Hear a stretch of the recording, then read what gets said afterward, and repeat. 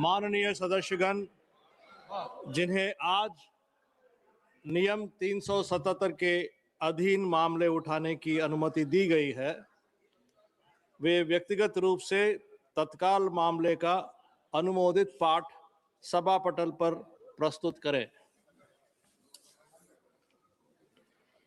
Item number 19, केंद्रीय budget पर सामान्य चर्चा। Doctor Shashi Tharoor ji. Thank you very much, Mr. Chairman. May I have your permission to speak seated? I am afraid I have a fracture on my foot. You are permitted, sir. Thank you, sir.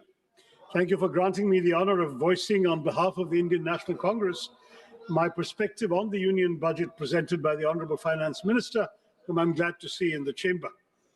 Last year, when I was standing in this very place, I had remarked that the 2025 finance bill reminded me of the garage mechanic who said, "I couldn't fix your brakes, so I made the horn louder." Looking at the budget this year, I'm saddened to observe that though the horn has been muted, that there hasn't been enough movement. For this budget too appears to be a squandered opportunity, equivalent to rearranging the airbags on a crashing car while assuring the passengers that the chassis is sturdy and they will feel better afterwards. This budget is praised for prudence, but prudence without vision or fairness is hollow. It ignores unemployment, it ignores rising living costs, and it ignores inequality, offering little to address the real struggles and aspirations of the Aam Aadmi. The government speaks endlessly of welfare, but its spending tells a very different story. Behind flashy announcements like chronic underutilization and administrative failure. Media reports show that of over 5 lakh crore budgeted for 53 major welfare and infrastructure schemes last year, barely 41% was spent in the first 9 months of the fiscal year. Take the Jal Jeevan Mission, allotted 67,000 crores, it managed to spend an astonishingly low 31 crores in 9 months. The much touted PM Schools for Rising India scheme spent only 473 crores out of 7,500. More shocking of all, the Pradhan Mantri Anusuchit Jati Abhyudaya Yojana, meant for the socio-economic upliftment of scheduled castes, utilized out of 2,140 crores, merely 40 crores. This is not governance, Mr. Chairman. This is headline management. Where promises are loud, like that horn, budgets are grand, but delivery is conspicuously absent. The budget this year has landed with a thud, not because of what it contains, but because of what it omits. Behind claims of fiscal prudence lie a more uncomfortable reality. The Indian state is shrinking, not by design, but by compulsion. Government expenditure as a share of GDP has declined over the past decade, briefly rising during the pandemic before reverting close to the 2016 levels, driven by stagnant revenue mobilization. Tax receipts have remained flat relative to GDP. Disinvestment has underperformed, and non-tax revenues increasingly rely on extraordinary transfers such as Reserve Bank of India dividends, an unsustainable substitute for a stable revenue base. More troubling is the shift in the tax burden towards individuals, bearing a greater share of the tax burden than corporations, despite sharp post-pandemic profit growth. To elaborate further, in fiscal year 2017, corporate taxes were 3.2% of GDP, personal income tax was 2.3% of GDP. In fiscal year 27, that is 10 years later, they are projected to be 3.1% for corporates and 3.7% for personal income tax of individuals. So your revenue is coming disproportionately from the individual taxpayers. Fiscal consolidation since COVID has been achieved largely through expenditure compression, presenting necessity as virtue and compulsion as choice. Within these constraints, the government has relied on low-cost measures such as tax simplification and targeted incentives, but the budget offers no credible medium-term framework linking spending to employment and productivity. Capital expenditure is emphasized, yet weak demand, stagnant wages, high youth unemployment, compressed welfare spending, and inadequate devolution to states all persist, leaving India fiscally disciplined but developmentally constrained, without the revenue capacity or strategic clarity to deliver real economic security for the Aam Aadmi. This is why, Mr. Chairman, this is what I call an underwhelming budget. Now, let me look at specific sectors. M.S. Swaminathan had famously said, if agriculture goes wrong, nothing else will have a chance to go right. This, I believe, is as good a starting point as any.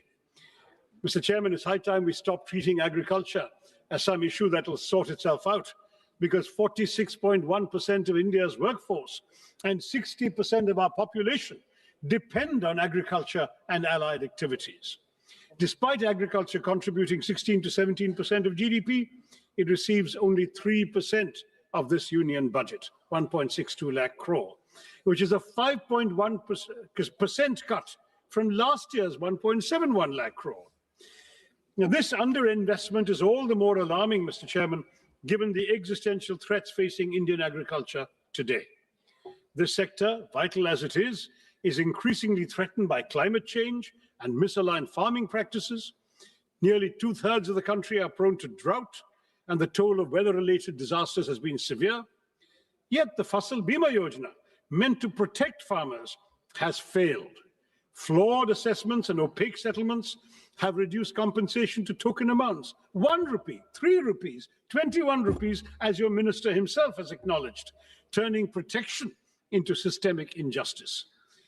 Matters are worsened by cuts that leave the scheme at its lowest budget allocation in 8 years, fueling fears that new initiatives will repeat a familiar cycle of announcement without commitment, as seen last year when Gradley announced missions on cotton technology, pulses, vegetables, fruits, and hybrid seeds, all quietly faded with zero funding in the revised estimates. These announcements are like modern courtships, promises without commitment. That's what this government does to us. At a time when farm distress is deepening, the budget silence on revising the PM Kisan Nidhi disbursement speaks louder than any promise made elsewhere. हमारे किसानों की आय दोगुनी करने का वादा तो आपसे पूरा हो नहीं पाया। कम से कम उनकी सम्मान निधि ही बढ़ा दीजिए। पिछले 6 सालों से ये सिर्फ 6,000 रुपए पर ही अटकी हुई है। While there is an imperative need for breakthroughs in research and development and AI-driven agricultural technologies, paradoxically, funding allocations for agricultural research and education have dipped by 4.8% from the previous year's 10,466 crore, that's now to 9,967 crore, decreasing precisely when the finance minister is announcing new AI schemes. And frankly, madam, touting a new AI app when the majority of our farmers can't afford fertilizers, harvesters, or tractors seems rather detached from reality, except of the virtual kind. Now, this budget speaks at length about crops from cashews to coconuts, yet ignores one of agriculture's most persistent concerns, pepper. Once hailed as black gold, the sector is now in distress in my state. In Kerala, which is one of the country's leading producers of pepper, output has fallen from 40,000 plus tons to 30,000 tons and is projected to decline by a further 28.7% in the foreseeable future. The uncomfortable truth, Mr. Chairman, is that our spice market faces such deep challenges today that if history repeated itself, the British might not even bother looting us for it. Next to unemployment. This House has had this conversation far too many times. We recite the same statistics, express the same concerns, and then move on, while unemployment quietly worsens. The data at the end of 2025 makes one thing unmistakably clear. Rural unemployment has stagnated at 3.9%, while urban unemployment continues to rise, ending at 6.7% in December. The crisis is now starting to concentrate where aspirations and frustrations are colliding in our cities. And yet even the centre's flagship responses have failed to rise to the moment. Under the Pradhan Mantri Kaushal Vikas Yojana, barely 41% of certified candidates secured placements. More than half of those jobs were concentrated in just 5 sectors. And of the 1,380 crores released, 278 crores remained unutilized. The Prime Minister Internship Scheme tells a similar story. Allocation 10,831 crores. Ministry spends 526 crores in the first 9 months. This pattern is recurrent, sir. In fiscal year 25, allocations were cut after large unspent balances, with actual spending at just 680 crores. So much for creating employment when we can't even spend the money allocated for the job of creating employment. And what of gig workers, the backbone of our new economy? There is no mention of them in the budget. Their welfare has been deprioritized at a time when unrest grows over the absence of clearly defined benefits, time-bound claims, and appeals mechanisms, and mandatory disclosure of work hours, earnings, and deductions. This silence further weakens the gig workers' access to social security in practice. Any discourse about the workers of our country stands incomplete without a discussion about Manrega, now replaced by the ambitious VB-G Act. It increased guaranteed work days from 100 to 125, introduced weekly wage payments, but at the same time it hollowed out the legal employment guarantee. While Manrega was demand-driven, fully centrally funded for unskilled wages, and rooted in decentralized planning, the new Act caps central funding through state-wise normative allocations, shifts 40% of the costs, the wage costs, to most states, and allows the scheme to be paused for up to 60 days during the peak agricultural seasons, shrinking the real window of guaranteed work.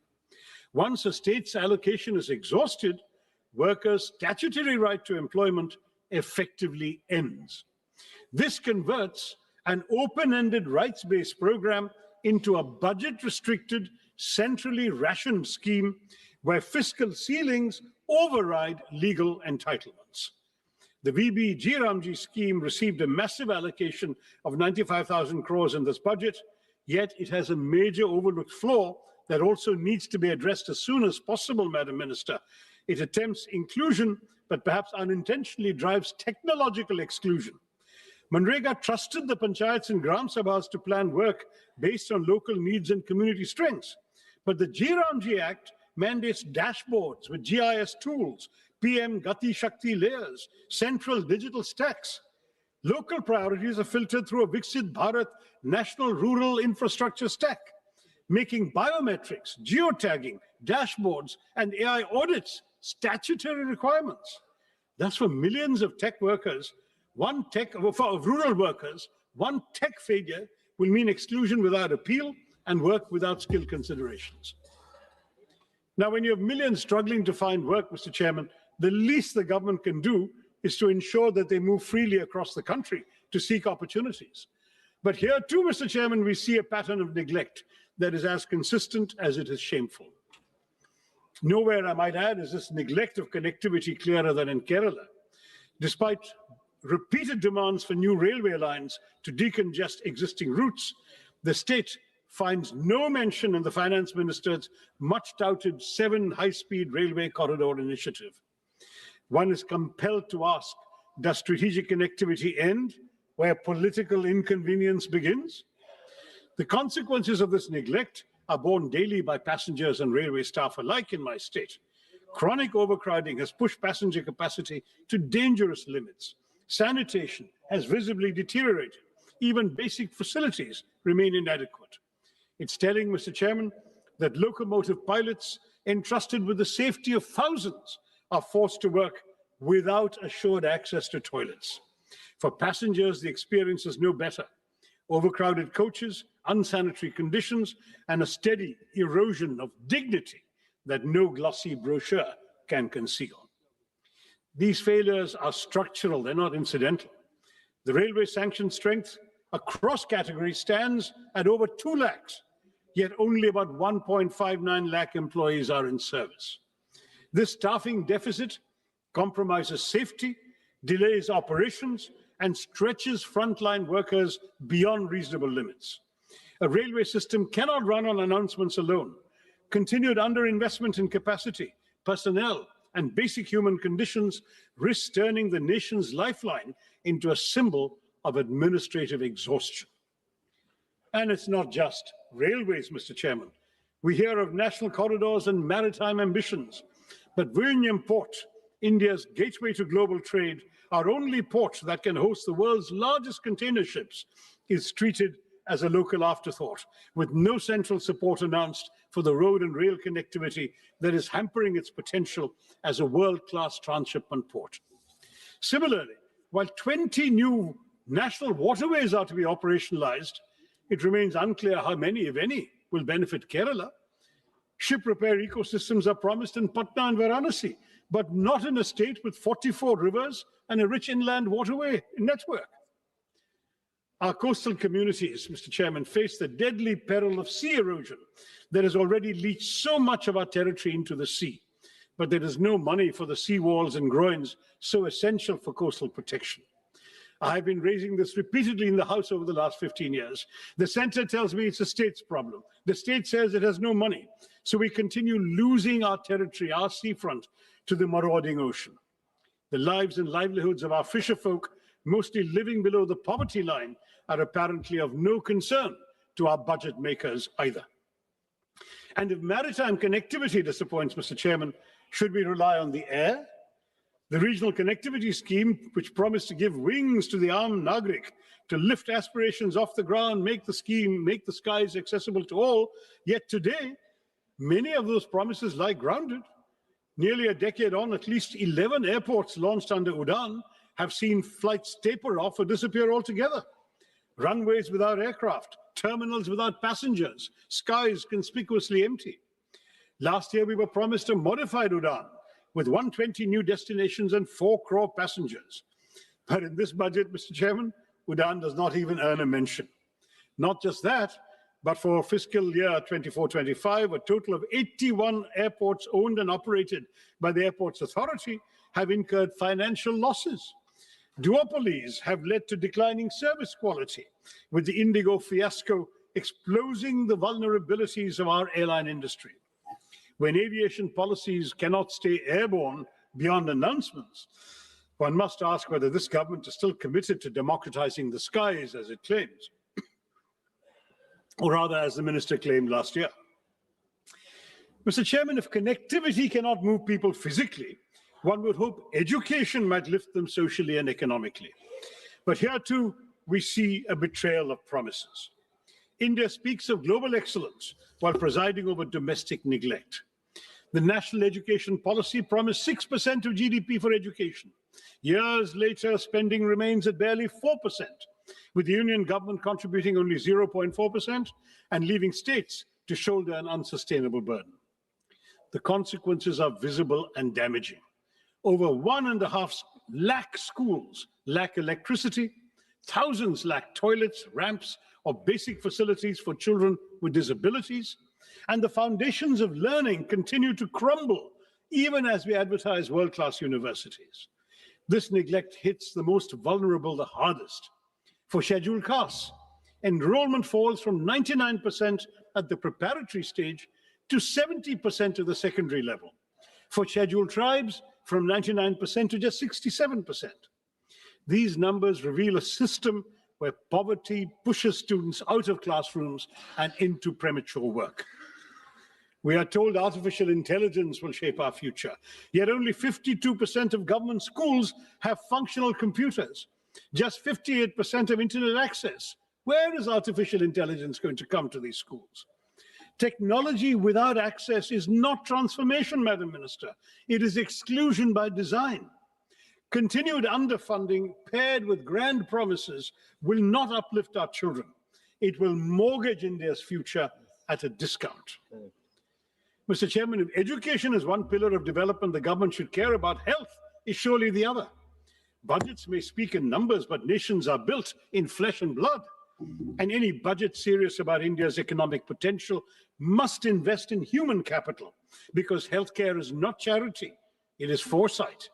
Yet public health spending remains below 2% of GDP, missing even the government's own promise of 2.5% after COVID.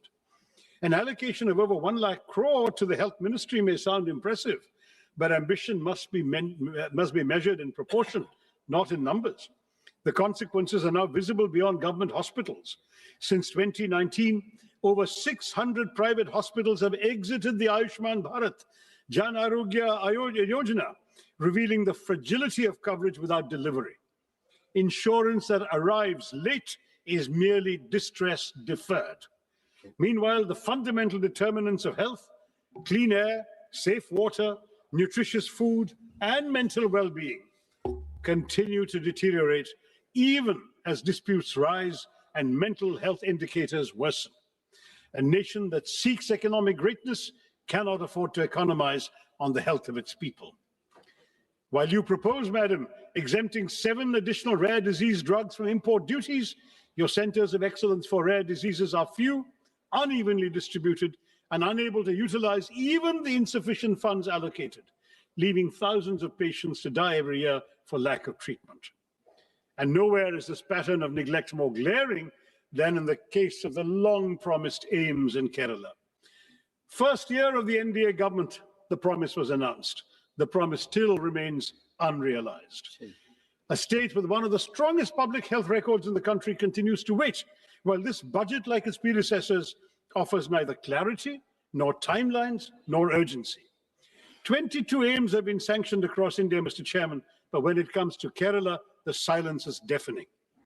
And AIMS that is not even a dot on a map is not institution building, it is institutional disregard. Kerala does not lack need, capacity, or credibility. What it lacks, it seems, is visibility in this government's priorities. Why, Mr. Chairman, is Kerala invisible to this government? I'd like to know. Equally telling is the silence on air pollution. After months of public outrage and choking headlines, the finance minister's speech found space for everything except the air we breathe. The National Clean Air Program still runs on 2009 standards, weaker than the WHO's PM 2.5 norms, even as pollution control funding has been cut from 1,300 crores to 1,091 crores this year. A budget that saves on rupees but ignores the air its citizens breathe reduces development to bad arithmetic, not good progress. Mr. Chairman, the announcement of 3 new National Institutes of Pharmaceutical Education and Research, or NIPA, raises a troubling question of balance and intent once again. I'm sorry to return to my state, but Kerala, despite one of the country's strongest public health ecosystems and a proven record in healthcare delivery, once again went unaddressed. Even as NIPAs are concentrated and clustered in northern and eastern India, and a single institute in Hyderabad is expected to serve the entire south. This imbalance is not new. I flagged it 2 years ago when I was chairman of the Standing Committee on Chemicals and Fertilizers. At a time when over 60% of India's 8,500 MSME drug units lack support to adopt even good manufacturing practices, such skewed institutional allocation risks shrinking rather than strengthening our manufacturing base. It also does little to reduce our dependence on China for nearly 2/3 of key active pharmaceutical ingredients, or to correct India's anemic R&D investment of just 0.64% of GDP, with even large pharma firms spending under 1% of net sales on their research. The result is predictable: limited innovation, continued reliance on low-cost biosimilars, and life-saving biologics priced far beyond the reach of most Indians, where public health spending remains so much below the GDP target of 2.5%. Without correcting regional imbalance and backing institutions with serious R&D support, this NIPER initiative risks sounding visionary while delivering exclusion. Now, all of these shortcomings in the sectors I've surveyed, in infrastructure, education, healthcare, might have been bearable if at least the economic burden were distributed equitably. But as per the UNDP Inequality Adjusted Human Development Index, India ranks the lowest of all BRICS countries at 130. The silent shock absorbers of this economy are the middle class. They are now cracking under the strain. The symbols of success we see today, smartphones, cars, lifestyle assets, are only sustained by EMIs, Mr. Chairman, for the middle class, leaving the Aam Aadmi little room for health insurance, for savings, or medical emergencies. Credit cards are once a luxury or a convenience. They've now become a lifeline. Defaults rose 28% last year to 6,742 crore rupees, not because Indian households are reckless, but because they're running out of room to breathe. With 2.9 lakh crore rupees in outstanding dues and 10.5 crore cards in circulation, borrowing has become the price of staying afloat. Even as households struggle, the tax burden has quietly shifted onto them. Personal income tax now contributes over half of all direct taxes, while the corporate share declines, as I mentioned earlier. And while last year's budget at least acknowledged middle-class housing stress through the Swami Fund, this budget offers only silence. Inflation may look subdued on paper, but for citizens, the cost of living has merely been shifted. When the state fails to provide clean air, safe water, and uncontaminated food, households are forced to buy privately what should be public goods: air purifiers, water filters, basic safeguards. This burden is unequal, Mr. Chairman. The privileged can protect themselves, while the poor remain exposed.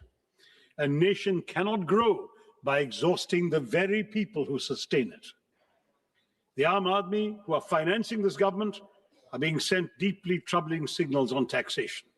A one-time concession allowing special economic zone manufacturing units to sell domestically at reduced duties is little more than tokenism when the SEZ ecosystem itself is collapsing, with hundreds of zones shut and employment in free fall. More disturbing still is the withdrawal of income tax exemption on disability pensions for defense personnel. This move weakens social protection for disabled veterans who've risked their lives for our country and draws an indefensible line between service-related disabilities and abdication of the state's moral duty to those who have made such sacrifices for the nation. Now, I'd like to acknowledge that amid this disaster and disorder, there has been some measure of fiscal discipline. The fiscal deficit has edged down from 4.5% to 4.4%. Minister speaks of a further reduction to 4.3%, and that sounds reassuring on paper. But I've been in this House long enough, Mr. Chairman, to remember when her predecessor, the late Arun Jaitley, as finance minister, set a target of 3.5%. We're nowhere near that benchmark today, yet we seem eager to applaud for settling at a much higher number. Perspective matters, sir, and without it, these figures lose their meaning, especially when they fail the only test that truly counts: whether the Aam Aadmi has more money in his pocket, whether he has wages that keep pace with prices, whether he or she has a life that is becoming easier. Fiscal prudence cannot be celebrated in isolation when household budgets remain under strain and economic security is elusive for millions. In this budget, the Union government has once again doubled down on an infrastructure-led growth strategy, raising capital expenditure to 12.2 lakh crores on the assumption that public Capex will crowd in private investment and generate jobs.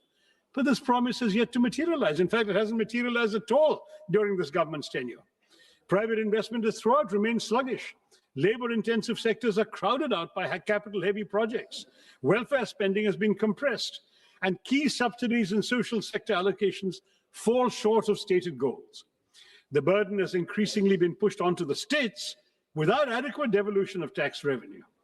Meanwhile, unemployment, particularly amongst educated youth, remains distressingly high, and capacity utilization continues to remain below levels that would trigger a genuine private investment cycle. In this context, the Capex-centric approach appears less like a strategy for inclusive growth and more like a gamble that ignores weak demand, joblessness, and the lived economic distress of the ordinary citizen. Mr. Chairman, no nation can develop on slogans or headlines alone. India's investment in research and development remains stuck at 0.6% of GDP, not only below advanced economies, but even below several emerging ones. China invests about 2.4%, Brazil even over 1%, the US 3.5%, South Korea 5% of GDP. A country that aspires to be a manufacturing and knowledge powerhouse cannot afford to treat research and development as an afterthought. I would urge the minister to elevate R&D as a national priority. Now, on urban cities, on our cities, it should be pointed out that the hesitancy in innovation is reflected in the Smart Cities mission, which has become a reminder of unfulfilled promises. A decade after Smart Cities was announced, deadlines have been repeatedly extended from June 23 to December 25, no real change on the ground. Claims of 96% completion certainly ring hollow for somebody from Thiruvananthapuram or Warangal or Silvassa or Port Blair, because they're all incomplete. Large parts of the Northeast continue to lag, leaving even the Parliamentary Standing Committee unconvinced. Instead of transforming urban life, the mission has largely polished a few elite enclaves, while basic services for millions remain untouched. I can't not mention the new interim trade agreement with the United States, sir, because that has just come out after the minister's speech. It looks less like a free trade agreement than a pre-committed purchase agreement that overturns every principle of reciprocity. How can we speak of a reciprocal tariff of 18% on one side and 0% on the other? At a time when India's total bilateral trade with the US stands at roughly 130 billion US dollars, and we have a trade surplus of only 45 billion US dollars, we have surprisingly promised to buy $500 billion worth of American goods over 5 years. This effectively converts a surplus into a long-term deficit by executive assurance rather than by market demand. No major economy has ever neutralized its own trade leverage in this manner. While the US continues to impose import tariffs of up to 18%, we have committed ourselves, apparently, according to this joint statement that I've been seeing here, joint US-India statement, to impose tariffs up to 18% on Indian exports, and we to slash tariffs to near zero levels, open agriculture, dilute data localization, soften intellectual property safeguards, and even redirect strategic energy imports, especially away from Russia, to meet purchase targets. Now, this is not strategic balancing, it is economic preemption. Parliament has neither been told how farmers, MSMEs, and domestic industry will be protected, nor why India has voluntarily surrendered its negotiating power without securing proportional market access. Without securing proportional market access or policy space in return. I know the government will say, wait for the final agreement, it's coming in mid-March, but let them be aware these concerns exist right now, sir. And the government's claim that India has secured a better deal than China, Vietnam, or other Asian economies does not withstand scrutiny. While India has obtained a tariff reduction of 1 or 2 percentage points from them, no East Asian economy has agreed to deliberately dilute its trade surplus with the US through guaranteed purchase commitments. On the contrary, China, Vietnam, and several ASEAN countries have actually expanded their trade surpluses with the US, even amid heightened trade tensions. And this ambiguity, Mr. Chairman, has a direct bearing on the credibility of the budget itself. When both the Minister of Commerce and Industry and the Minister of External Affairs were questioned on these commitments, they were really offered no clear explanation of their scale, timeline, or fiscal implications. Now, the reason I mention this in the context of the budget is that key budgetary assumptions on trade balances, external financing needs, and overall macroeconomic stability rest on information that the Parliament does not possess and has not been given. A budget framed amid such uncertainty is not just incomplete, it asks this House to approve numbers without knowing the obligations that may soon overtake them from this trade agreement. Now, I do want to say that when the two ministers play ping pong with each other, saying it's not in their mandate to answer the question, each one attributes it to the other, then that looks like a rather disappointing game, because when no minister claims ownership of something like this, accountability disappears, and Parliament is left staring at a budget that conceals obligations that the government seems to lack the courage to admit openly. In short, Mr. Chairman, the real weakness of this government's budget lies in its implementation, where rhetoric is not matched by reality. Let me quote that famous verse once again by Mirza Ghalib, which I think perfectly captures our reality today as reflected in this budget and its aspirations. हमको मालूम है जन्नत की हकीकत, हमें मालूम है जन्नत की हकीकत, लेकिन दिल बहलाने के लिए गालिब ये ख्याल अच्छा है. That seems to be what we have had inflicted upon us.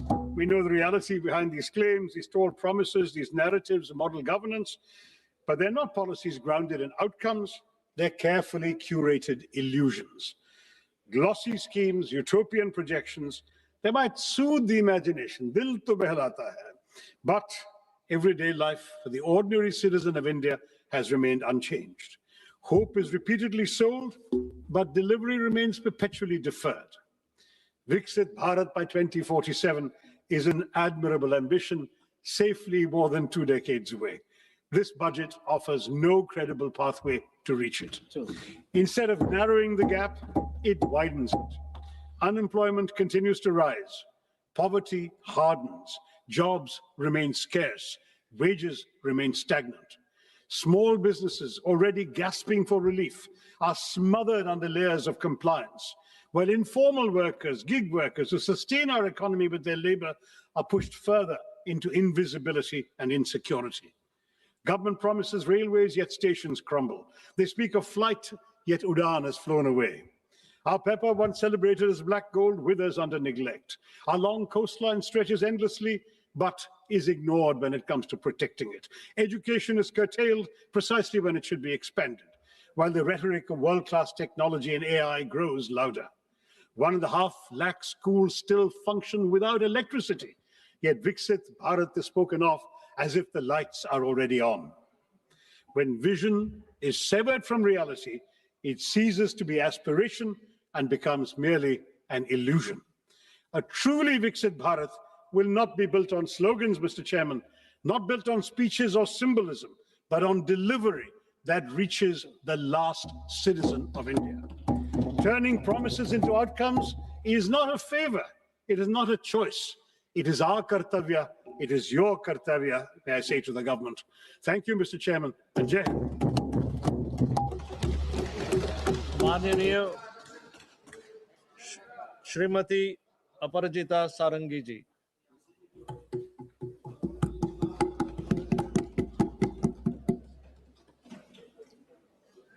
It is my pleasure and privilege to talk about the Union Budget for the financial year 26-27.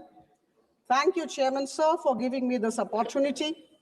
At the outset, I commend Honorable Finance Minister, Madam Nirmala Sitharaman, for giving to this country of 1.4 billion people her 9th consecutive budget, a budget which reflects her commitment, the commitment of the government,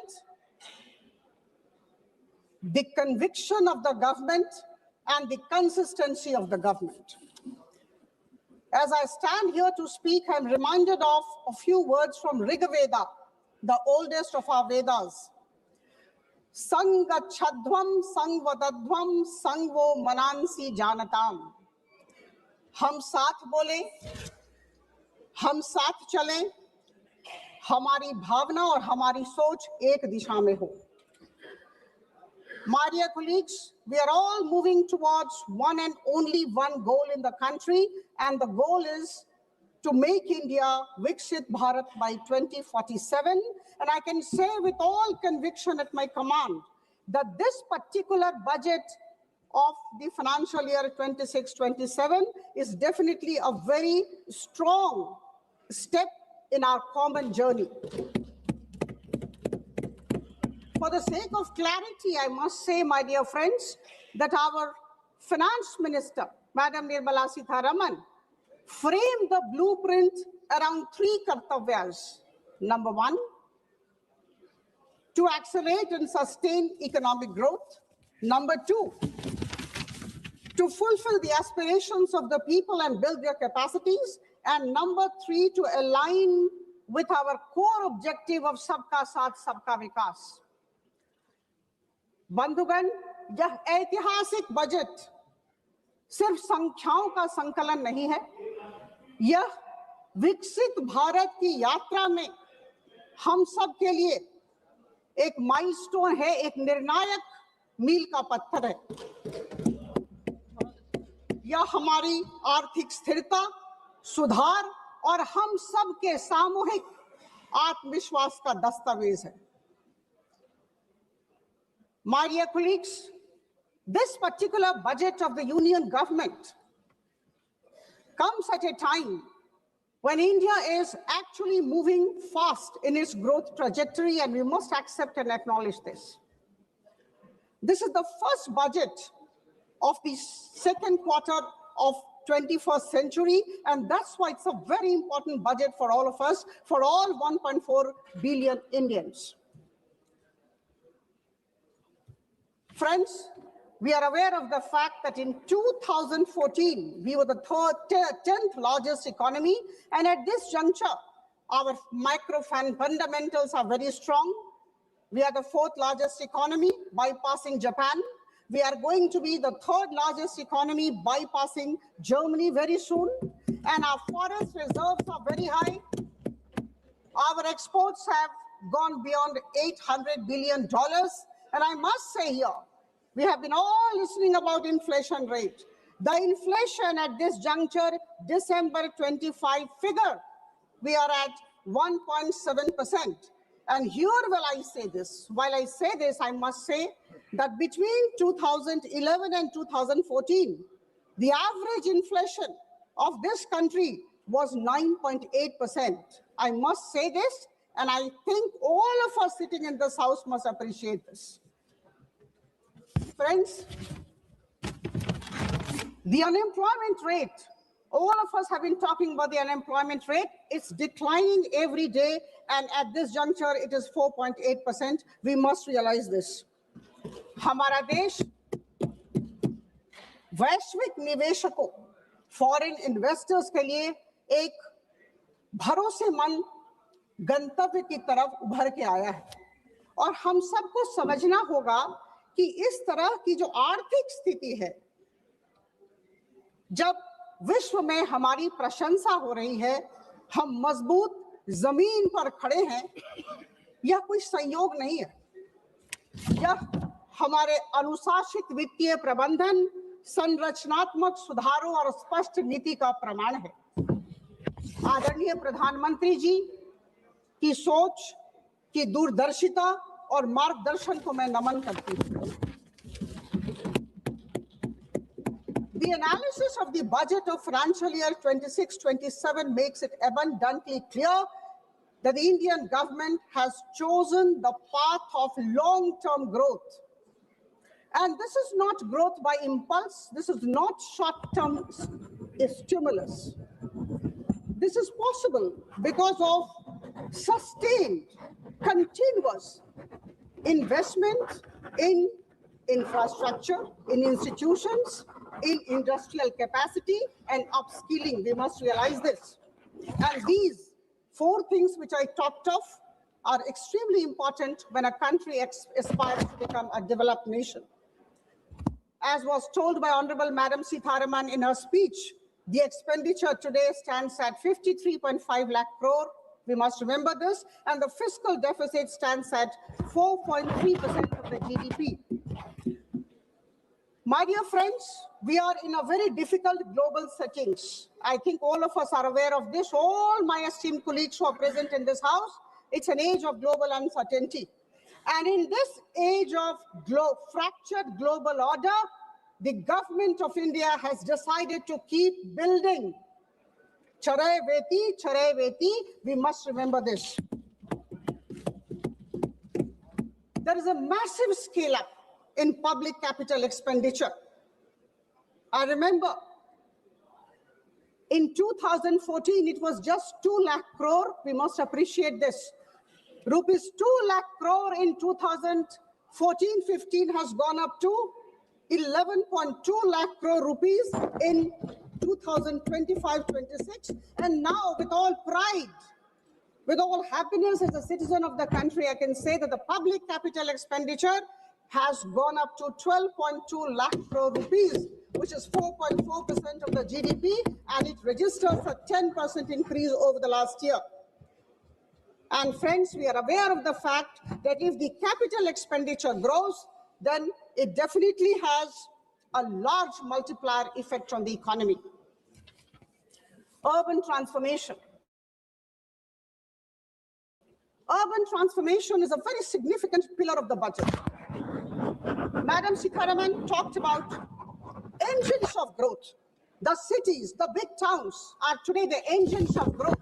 And a wonderful concept was brought about and placed before all of us, the city economic region.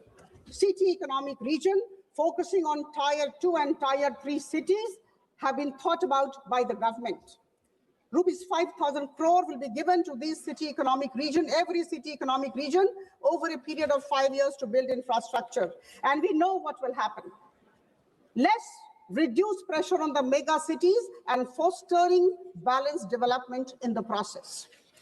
All of us know that no country ever can actually become a developed nation without having manufacturing competitiveness, and our government has tried to give a substantial push to the manufacturing competitiveness idea.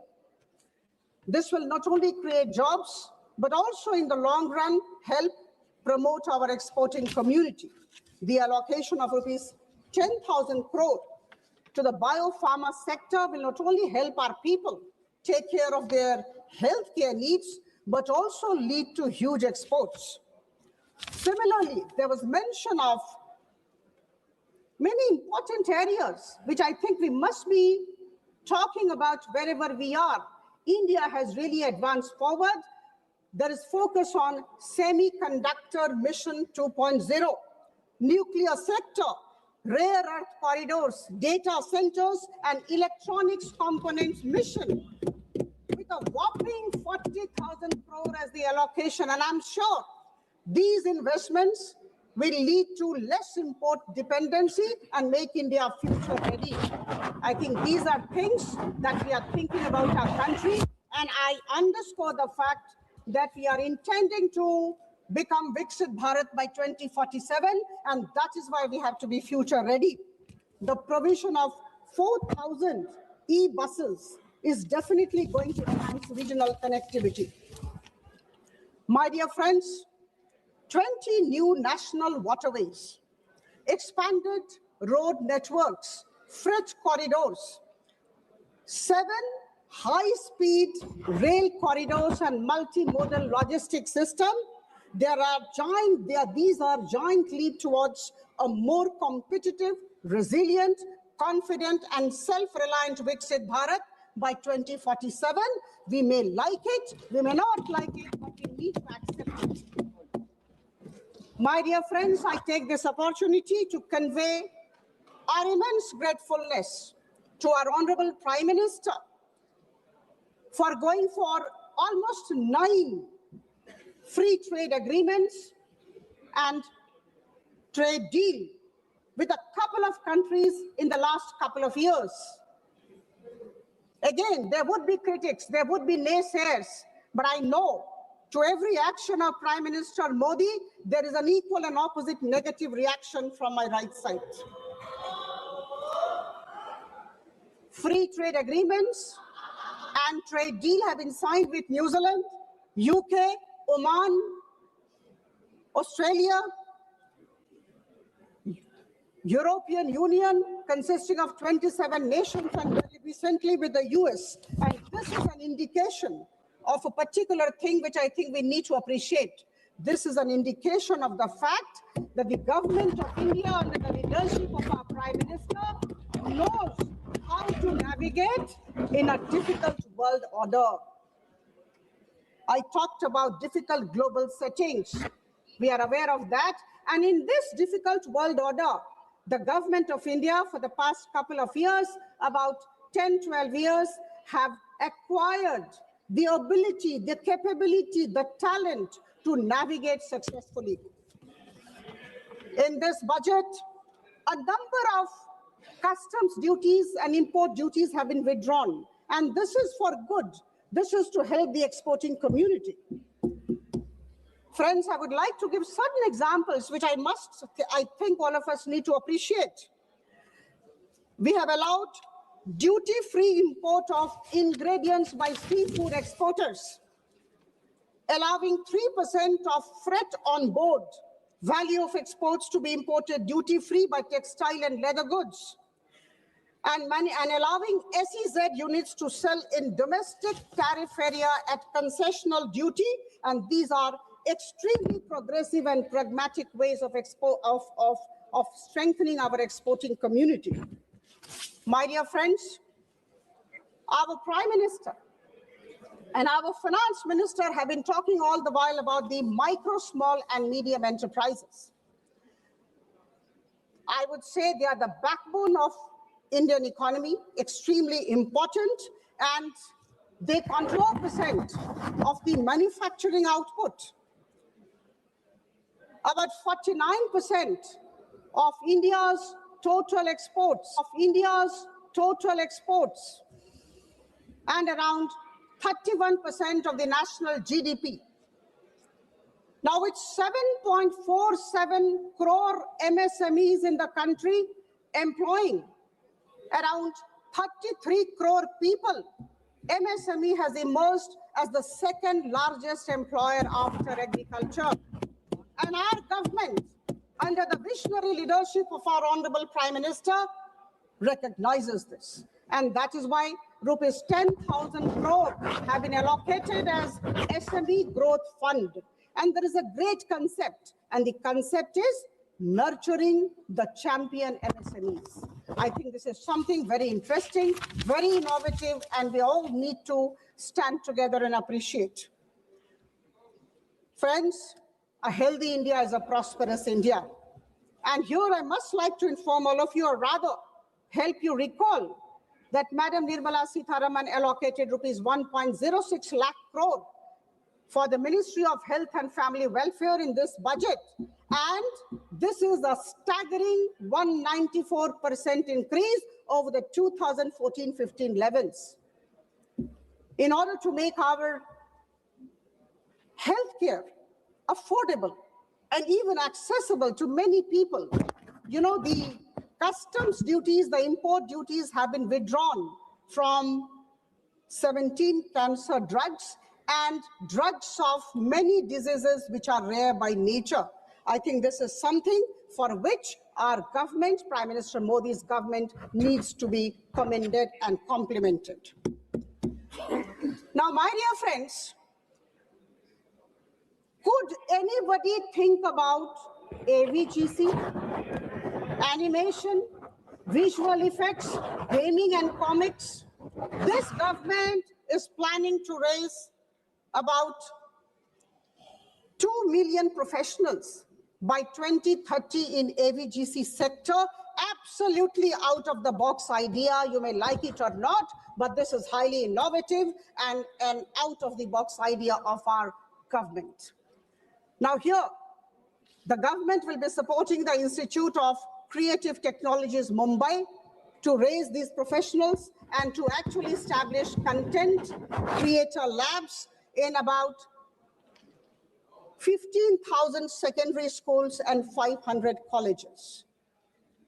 It is very easy for me to read out, as my dear friend just did. When you are convinced about what your government is doing, you know, you need not read out from the papers. I know what our government is doing and how my government is ensuring that India moves forward. I don't have to look into papers for data and statistics. We are convinced that the government is moving forward, and this confidence is coming out when we speak about the government's good works.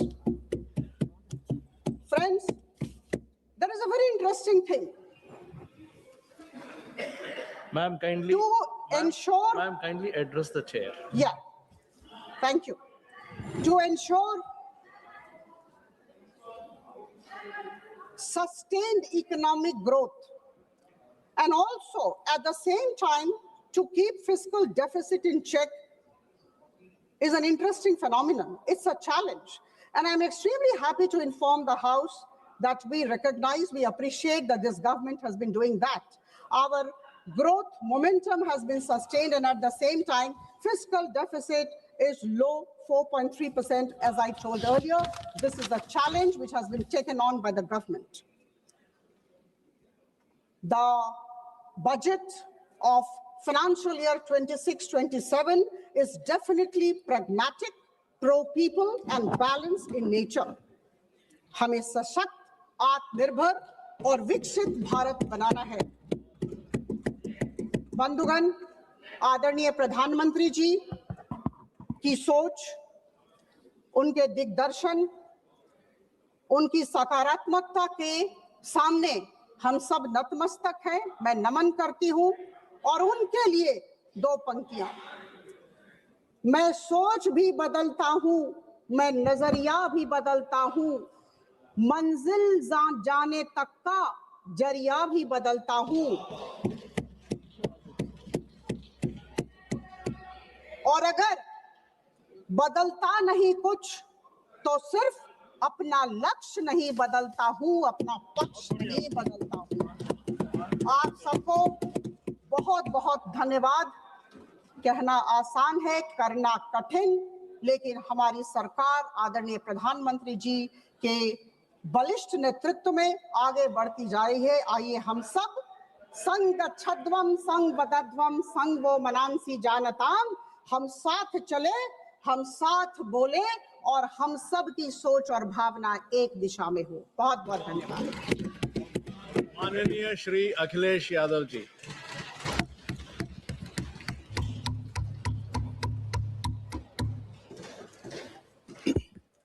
मैं सबसे पहले सभापति महोदय आपका मैं धन्यवाद देता हूं कि मुझे आपने बजट पे बोलने का समय दिया है। मैं तीसरा सदस्य इस पे बोल रहा हूं। मैं भी में से पूर्व कांग्रेस पार्टी के नेता माननीय शशि थरूर जी जो बात कह रहे थे, उन्होंने बहुत सारे आंकड़े दिए हैं।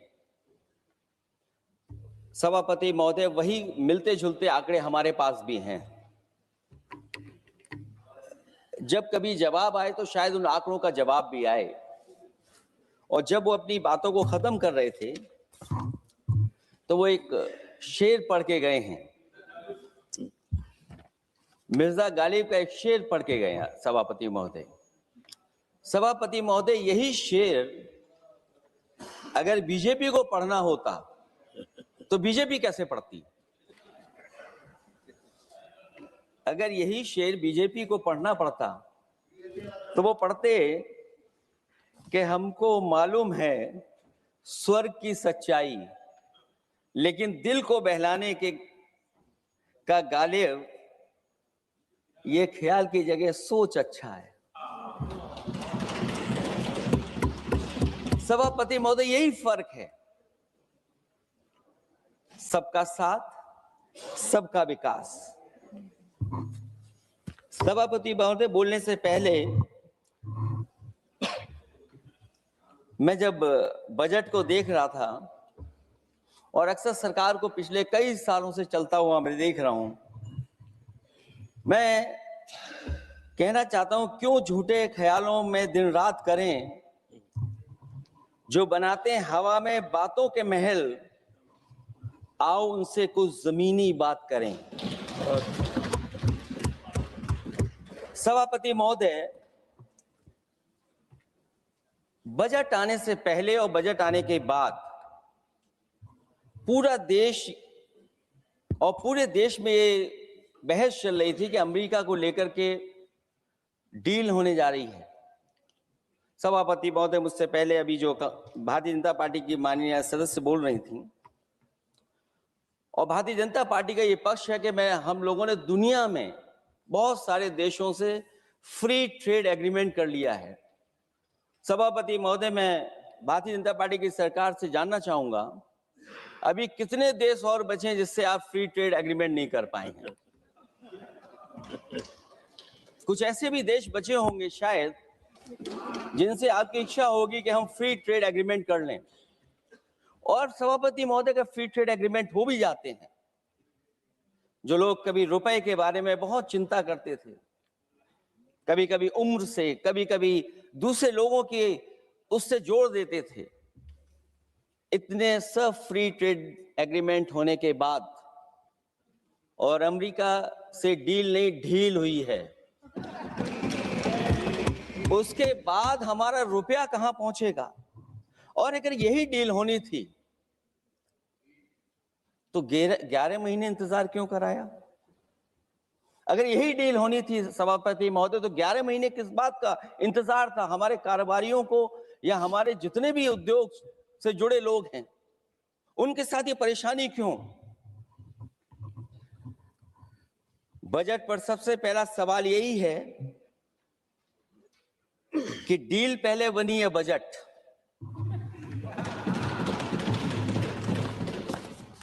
और बजट का हलवा यहां ज्यादा बटा के वहां।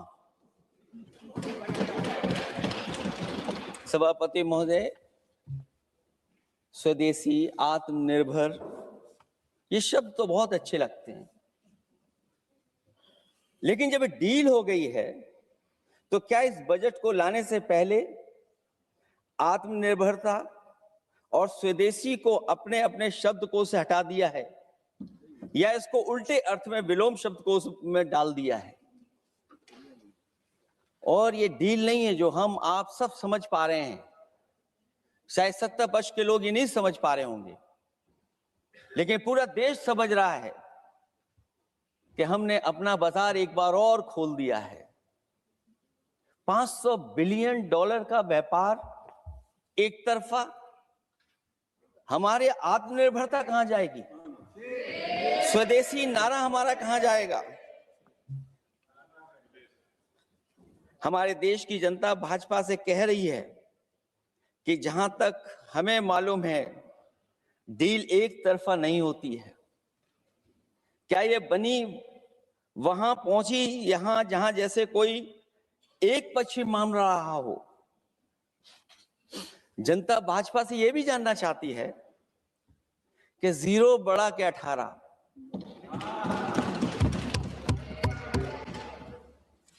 सभापति महोदय, भाजपा का समझौता गणित क्या यह है कि 18 0 के बराबर है? क्या 18 हमारा 0 के बराबर है? देश के किसानों, दुकानों, उद्योगों को बचाने के लिए खोखले शब्दों के अलावा भाजपा के पास कोई और सुरक्षा कवच या संरक्षण योजना है कि नहीं है? इसलिए मैं सभापति महोदय कहना चाहता हूं, ये बजट दिशाहीन है।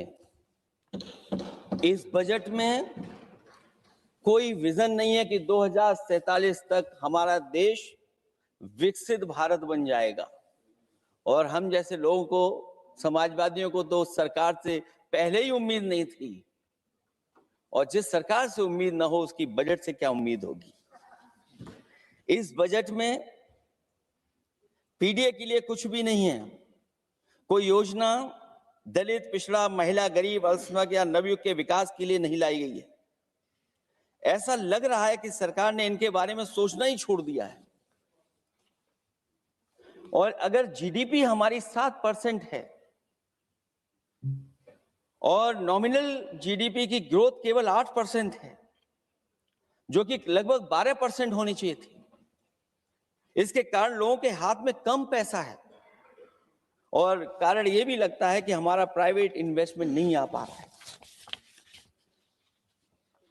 जो लोग ये कहते हैं कि हम प्रति व्यक्ति आय बढ़ा रहे हैं, जो आंकड़े हमारे पास हैं, जो जानकारी हमारे पास है, वो आंकड़ा यही कहता है कि $3000 के लगभग प्रति व्यक्ति आय हमारी है।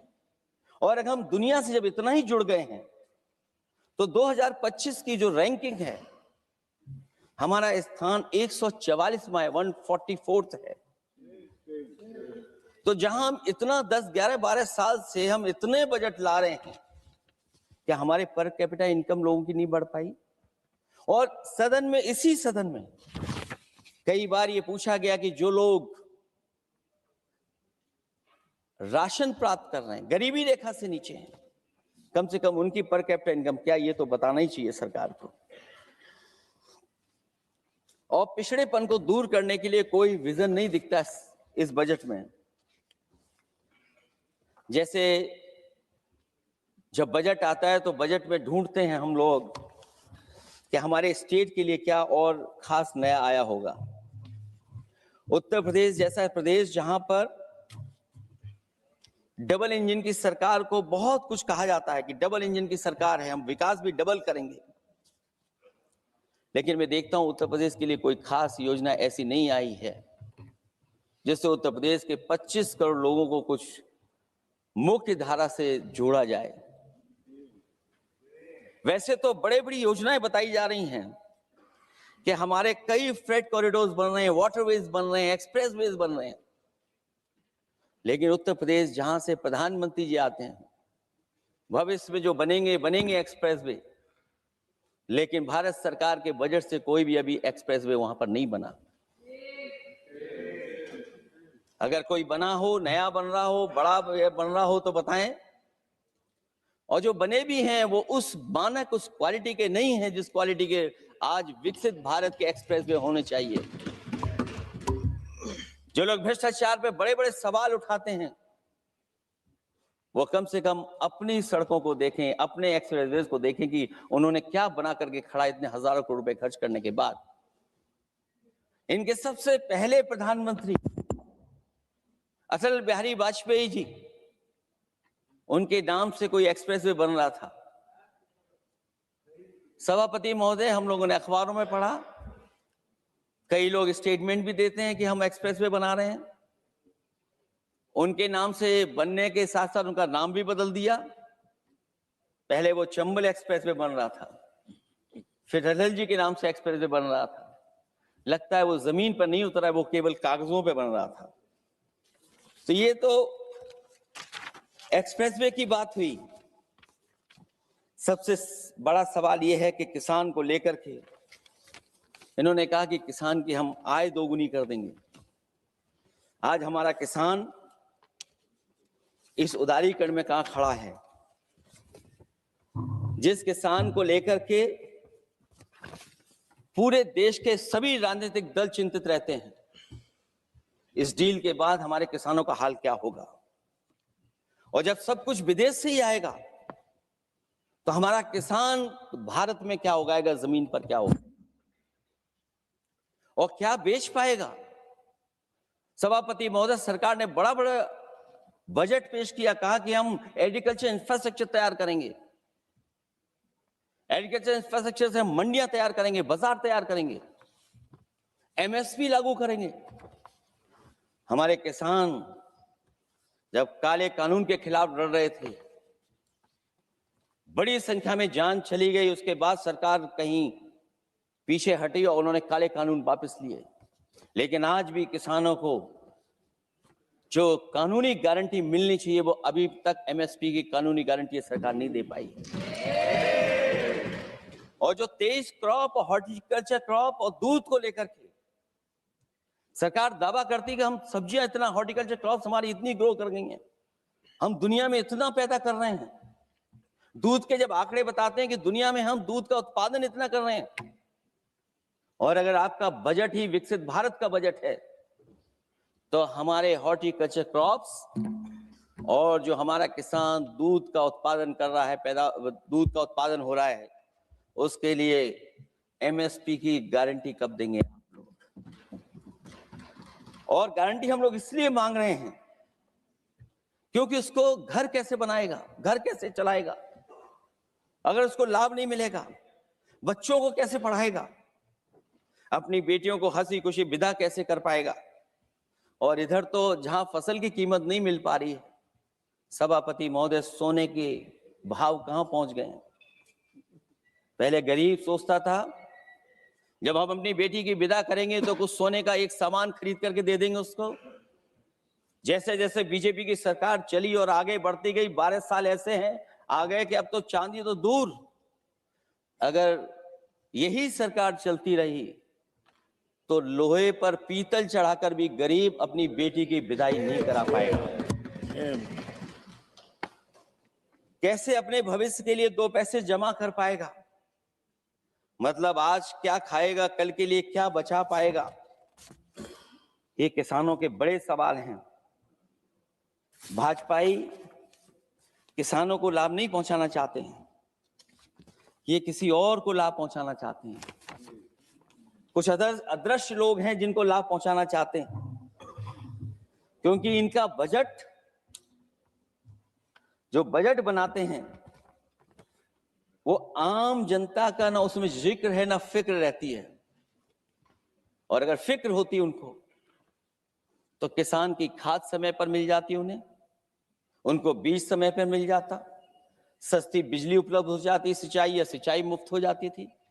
और मुझे याद है सभापति महोदय, समाजवादी सरकार में हम लोगों ने किसानों की सिंचाई मुफ्त करने के भी फैसले लिए। कीटनाशक दवाइयां कितनी महंगी हैं और सरकार ने किसानों को अपने हाल पे छोड़ दिया। मंडियों पे कहीं कोई खरीद नहीं है, और अगर खरीद हुई है तो सरकार बताए कि धान, आलू या गेहूं की खरीद में तो मिल जाती है उसको कीमत, लेकिन धान और आलू जैसी फसलों पर कोई सरकार कीमत नहीं दे पा रही। महंगाई बेतहाशा बढ़ने पर भी इस बजट में जनता को टैक्स में न छूट देना टैक्स शोषण है। अमीरों के काम कारोबार और घूमने फिरने पर 10 तरह की छूटें दी गई हैं, लेकिन बेकारी बेरोजगारी से जूझ रहे लोगों की उम्मीदों की थाली खाली है। मध्यम वर्ग अपने आप को ठगा महसूस कर रहा है। शोषित, वंचित, गरीब व्यक्ति जहां था वैसे भी नीचे जाता दिख रहा है। इस बजट ने उसके चादर में पैबंद लगाने की जगह उसे और चिथड़ा कर दिया है, क्योंकि सामाजिक सुरक्षा केवल शब्दों की औपचारिकता रह गई है।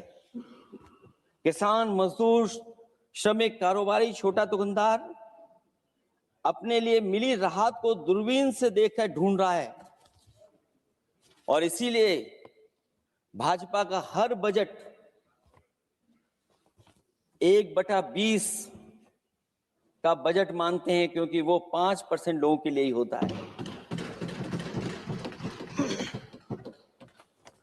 अच्छे बजट की होती हैं 3 पहचान: गरीब की तरक्की, खुशहाली और मुस्कान। शायद इस बजट ने तीनों चीजों को छीनने का काम किया गरीबों से। दूसरा विषय स्वास्थ्य को लेकर के बहुत हमारा गरीब समय समय पे परेशान रहता है।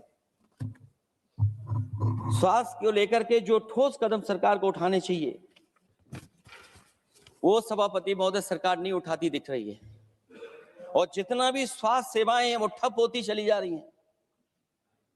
मैं उत्तर प्रदेश की बता सकता हूं, मुझे याद है सभापति महोदय, पहला जो भारत सरकार और प्रदेश सरकार को मिलकर के पहला हॉस्पिटल, मेडिकल कॉलेज शाहजहांपुर का बना था, जिस समय भारतीय जनता पार्टी के उस समय के स्वास्थ्य मंत्री और मैंने मिलकर के उसका उद्घाटन किया था। उसके बाद जो प्रचार में तो ये बहुत आगे हैं, प्रचार में तो ये कहते हैं कि हर डिस्ट्रिक्ट में हर हॉस्पिटल, हर डिस्ट्रिक्ट में एक हॉस्पिटल या मेडिकल कॉलेज, लेकिन सच्चाई तो ये है कि इन हॉस्पिटलों में इलाज नहीं है, दवाई नहीं है, ऑपरेशन के लिए कहां जाना पड़ता है, भटकना पड़ता है। और जिस तरीके से अभी जिन लोगों ने इंश्योरेंस या LIC में किस्त दी होगी वो जानते होंगे कि महंगाई कम नहीं हुई है, महंगाई बढ़ी है, किस्तें बढ़ गई हैं।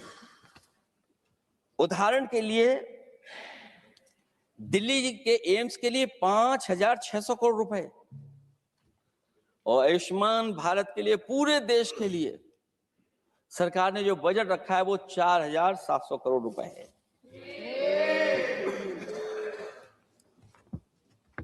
सुनते हैं पहले उपवन में हर ऋतु में बहार गाती थी, कलियों का तो कहना ही क्या, मिट्टी में खुशबू आती थी।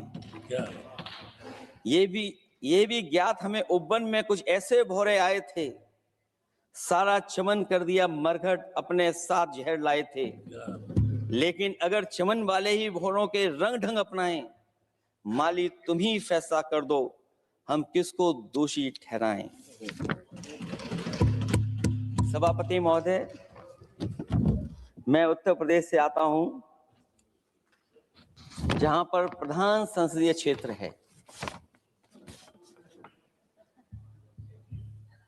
राजमाता पूजनीय अहिल्याबाई होलकर जी, उनकी मूर्ति थी, उसको बुलडोजर से तोड़वा दिया। सभापति महोदय, कोई कल्पना कर सकता है एक मणिकर्णिका घाट जो हमारी पौराणिक पहचान रही, सदियों से हमारी विरासत की पहचान रही, सनातनी काशी की विरासत रही, वहां पे इनकी सरकार ने प्रधान संसदीय क्षेत्र में बुलडोजर चला करके हमारी पूजनीय अहिल्याबाई होलकर की मूर्ति को इन्होंने तोड़ने का काम किया। और सभापति महोदय, केवल एक मूर्ति नहीं, वहां पर अगर हम गिनती करेंगे, एक नहीं, दो नहीं, तीन नहीं, चार नहीं, पांच नहीं, छह नहीं, सात नहीं, लगभग 100 मंदिरों को तोड़ने का काम इसी सरकार में हुआ है। केवल मंदिर नहीं तोड़े गए सभापति महोदय, एक antique bell donated by Nepal नरेश, जो घंटा बजता था, सभापति महोदय, जो घंटा बजता था, नेपाल नरेश जिन्होंने गिफ्ट किया था, वो घंटा भी लापता है।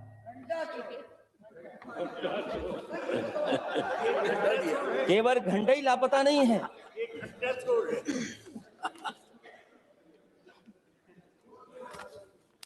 सभापति महोदय, नमामि गंगा को लेकर के हमारे कानों में अभी भी वो बातें गूंजती हैं कि मां गंगा ने मुझे बुलाया है। क्या बात है, पिछले 11 साल से मां गंगा ने बुलाया ही नहीं किसी को। मां गंगा बह रही हैं,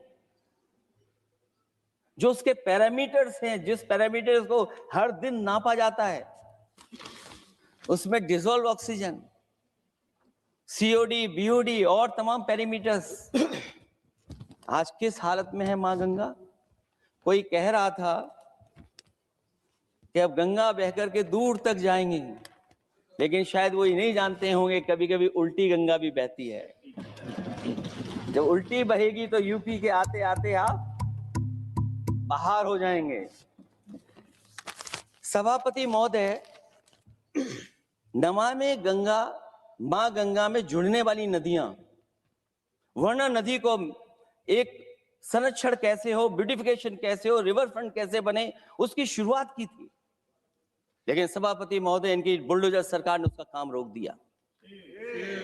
काली नदी किस हालत में है।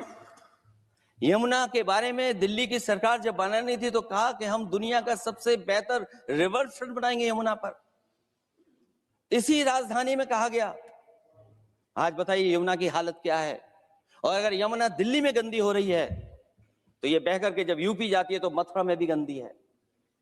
और थोड़ा बहुत साफ गंगा इसलिए हो जाती है क्योंकि जब चंबल का पानी उसमें जुड़ता है, थोड़ी बहुत यमुना साफ हो जाती है, उसके बाद यमुना में भी कोई सफाई का सरकार ने इंतजाम नहीं किया। और आज भी मैं कहता हूं, देश का सबसे अच्छा रिवर फ्रंट अगर कहीं बना है तो लखनऊ में बना है, गोमती रिवर फ्रंट। जो लोग ये कहते हो कि दूसरा रिवर फ्रंट अच्छा है, मैं उनसे कहूंगा कभी लखनऊ के रिवर फ्रंट पर भी घूम करके आइए, तब आपको मालूम पड़ेगा कि रिवर फ्रंट क्या होता है। 26 जनवरी इसी वर्ष मैंने एक प्रतिष्ठित अखबार को पढ़ा और उसमें देखा मैंने कि high uranium in India's ground water samples लिए गए हैं। एक्सपर्ट्स वार्न कर रहे हैं कि सेवरल हेल्थ रिस्क है उससे। Lead pollution alarming in 69 rivers in India contaminated, rivers are contaminated. हमारे पानी में पेस्टिसाइड, इंडस्ट्रियल वेस्ट है, अनसेफ है ड्रिंकिंग के लिए। हमारी नदियों में मरकरी है, डेंजरस लेवल। और जितनी भी हमारी वाटर बॉडीज हैं इंडस्ट्रियल टाउन्स के आसपास, सब में टॉक्सिक है, मरकरी है, बड़े पैमाने पे डेंजरस है पानी वहां का। और कई जगह इंडस्ट्री का सीधा सीधा वेस्ट जा रहा है। आर्सेनिक लेवल का सोच ही नहीं सकते हम लोग, जो मानक है उससे कई गुना ज्यादा है। ये तो हमारे देश का पानी है जो नदियों में बह रहा है, जो अंडरग्राउंड वाटर बन रहा है हमारा। ठीक ही का हमारे माननीय सदस्य ने कि जो संपन्न है, प्रिविलेज्ड हैं, वो लोग तो पानी साफ करने की मशीन खरीद सकते हैं। हमारा गरीब क्या खरीदेगा? गरीब की हेल्थ को कितनी परेशानी और रिस्क है। यहां तक कि अंतर्राष्ट्रीय प्लेटफॉर्म पर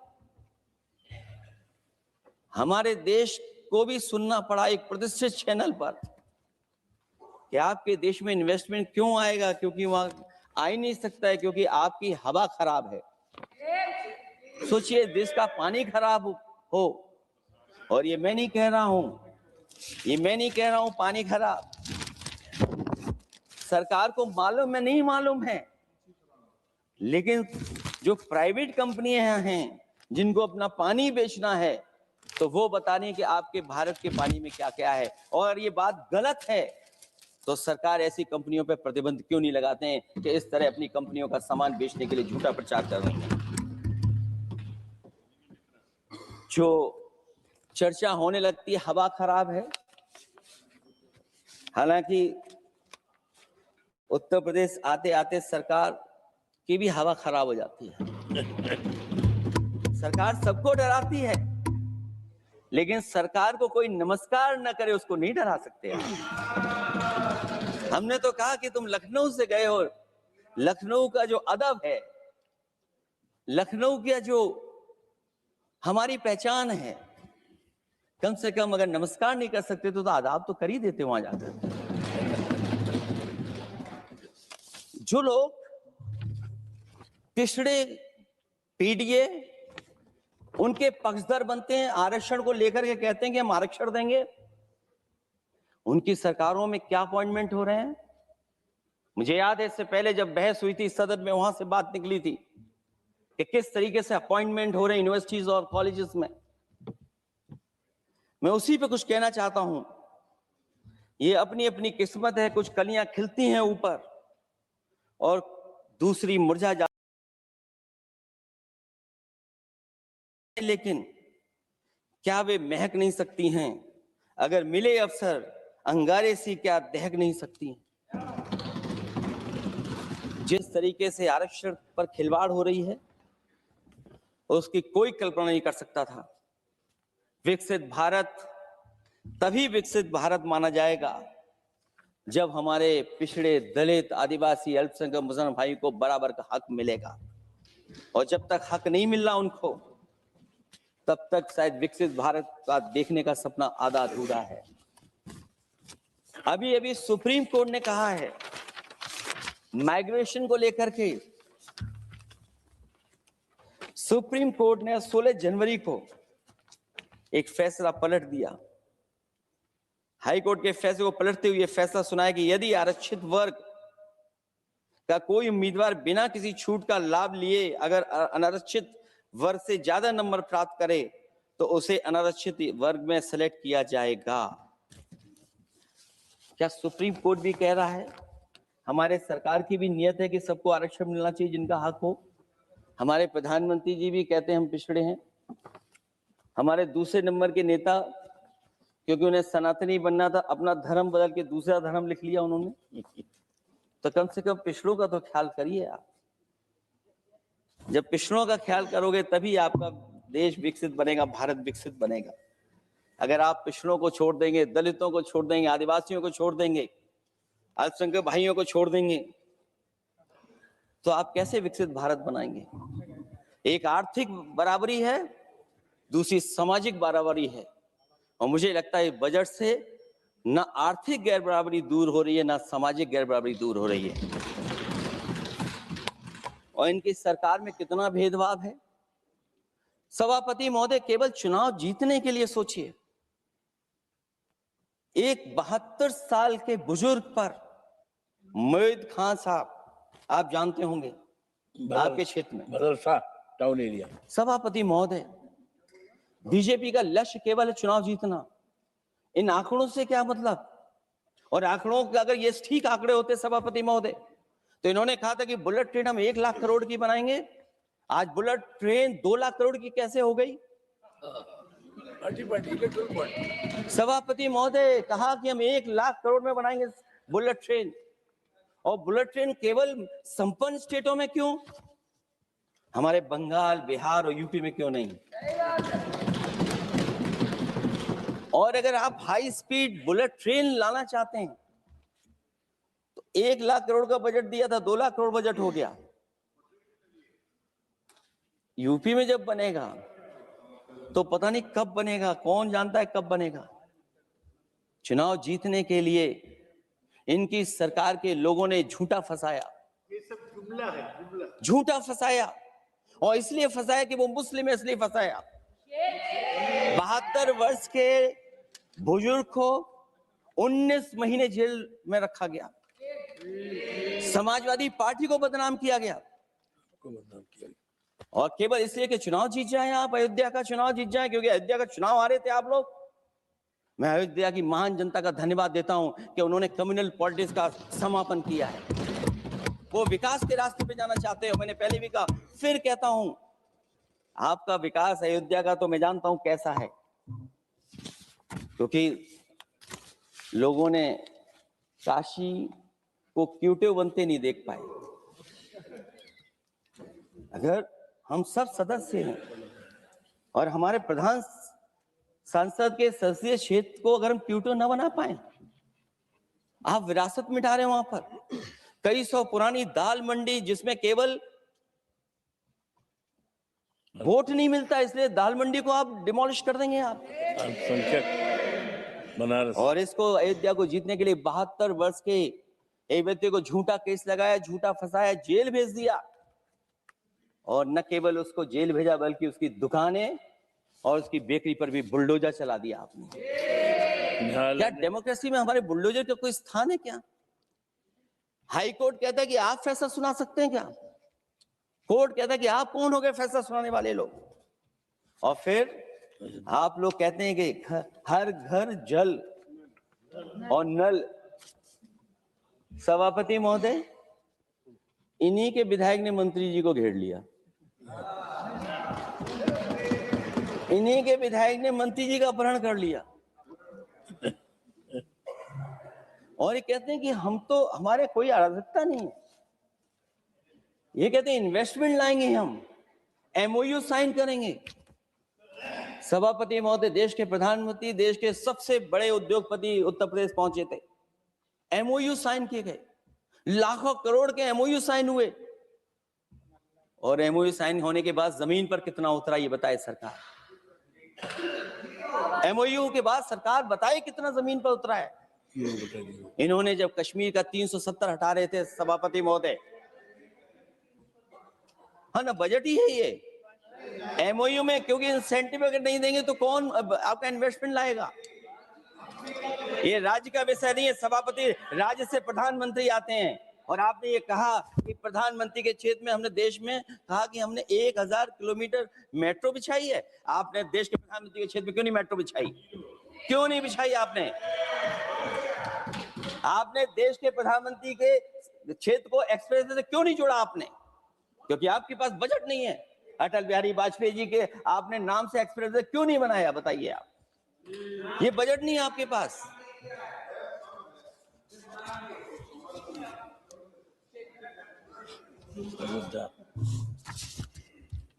अयोध्या एयरपोर्ट घोटाला, एयरपोर्ट बनते ही पानी टपकने लगा।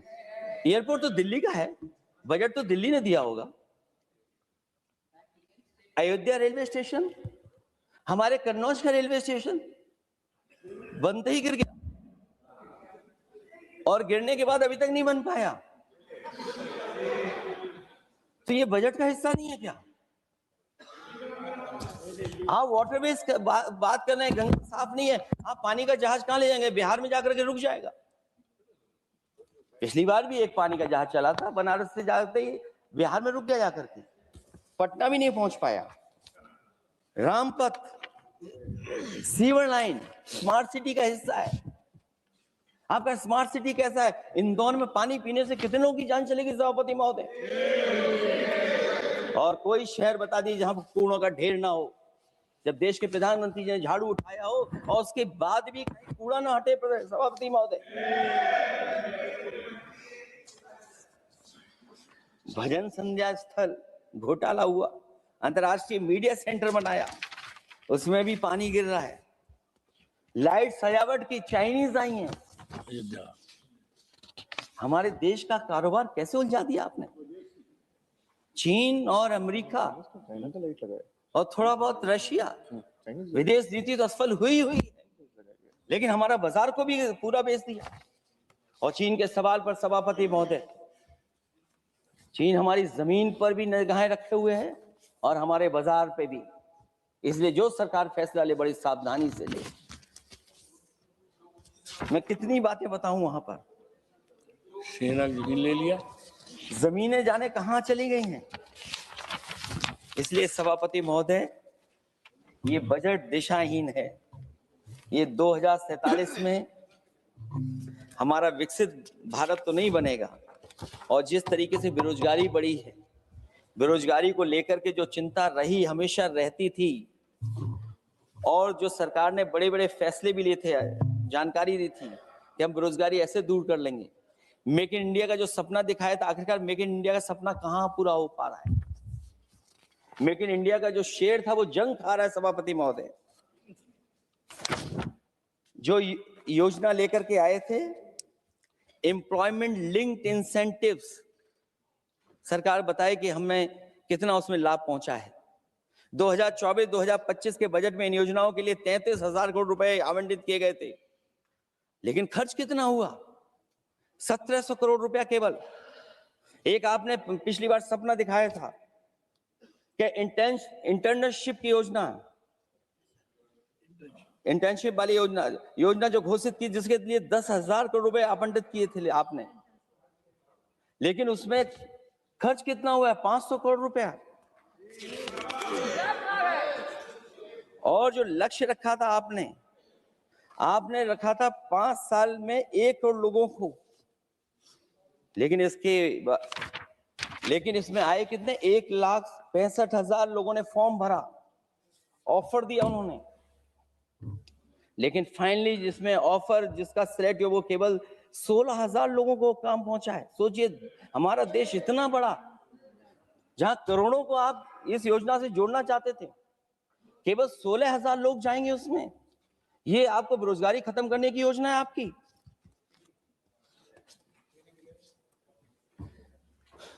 माननीय वित्त मंत्री जी के सदन के सामने स्थिति स्पष्ट करनी चाहिए कि मनरेगा एक महत्वपूर्ण योजना थी, जिसमें गरीबों को ग्राम स्तर पर रोजगार मिलता था, राइट टू वर्क के अनुसार थी। इस योजना को समाप्त करते हुए आपने क्या नाम रखा है? बीबी राम जी। और हमारे राम जी कहाँ बैठे हैं? कहाँ है हमारे राम जी? पीछे बैठे, जिन्हें बचपन से हम देखते आए राम जी। ये हमारी खुशकिस्मती है कि राम जी सदन में बैठे हैं, लेकिन आप राम जी का अपमान कर रहे हैं। आपको उनको यहाँ नहीं बैठा सकते, आपको यहाँ बैठाना चाहिए नंबर 2 पर। अगर आप सच्चे मायने में सभापति महोदय, बीपी राम जी, आप कृपया, देखिए वित्त मंत्री राम जी को ही नहीं जानती हैं।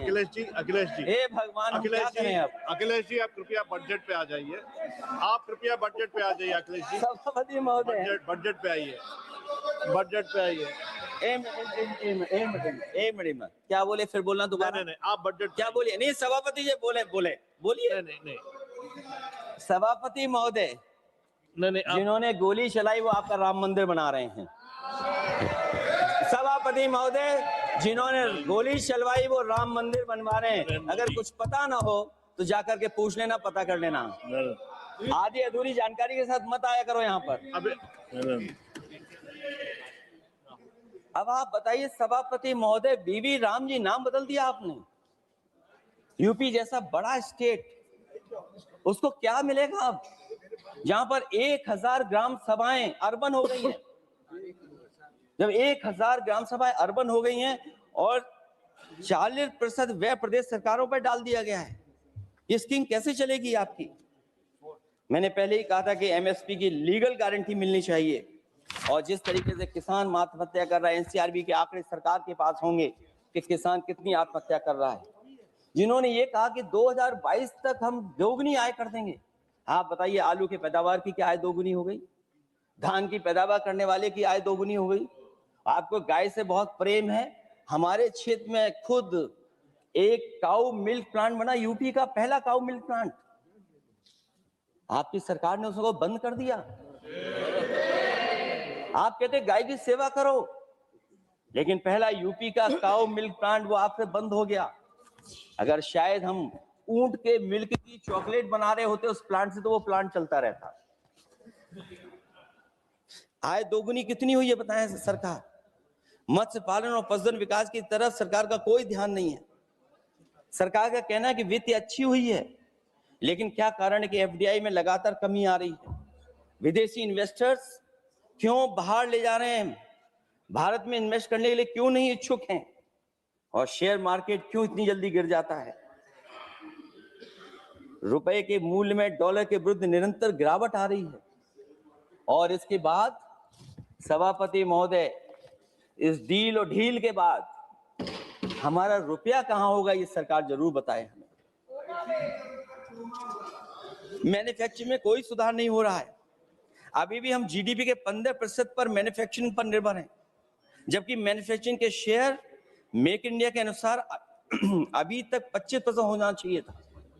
इससे स्पष्ट लगता है कि मेक इन इंडिया, आत्मनिर्भर भारत और पीएलआई योजना सफल नहीं हो पाई है, और उसी का परिणाम है कि आज हमारे नौजवानों को रोजगार और नौकरी नहीं मिल पा रही है। सरकार उद्योगपतियों के साथ खड़ी है। सरकार द्वारा लेबर कोड्स लाए गए हैं, जिन लेबर रिफॉर्म्स के रूप में दर्शाया जा रहा है वो लेबर कोड एम्प्लॉयर के हित में है, लेबर के पक्ष में नहीं है और मजदूरों के नहीं है।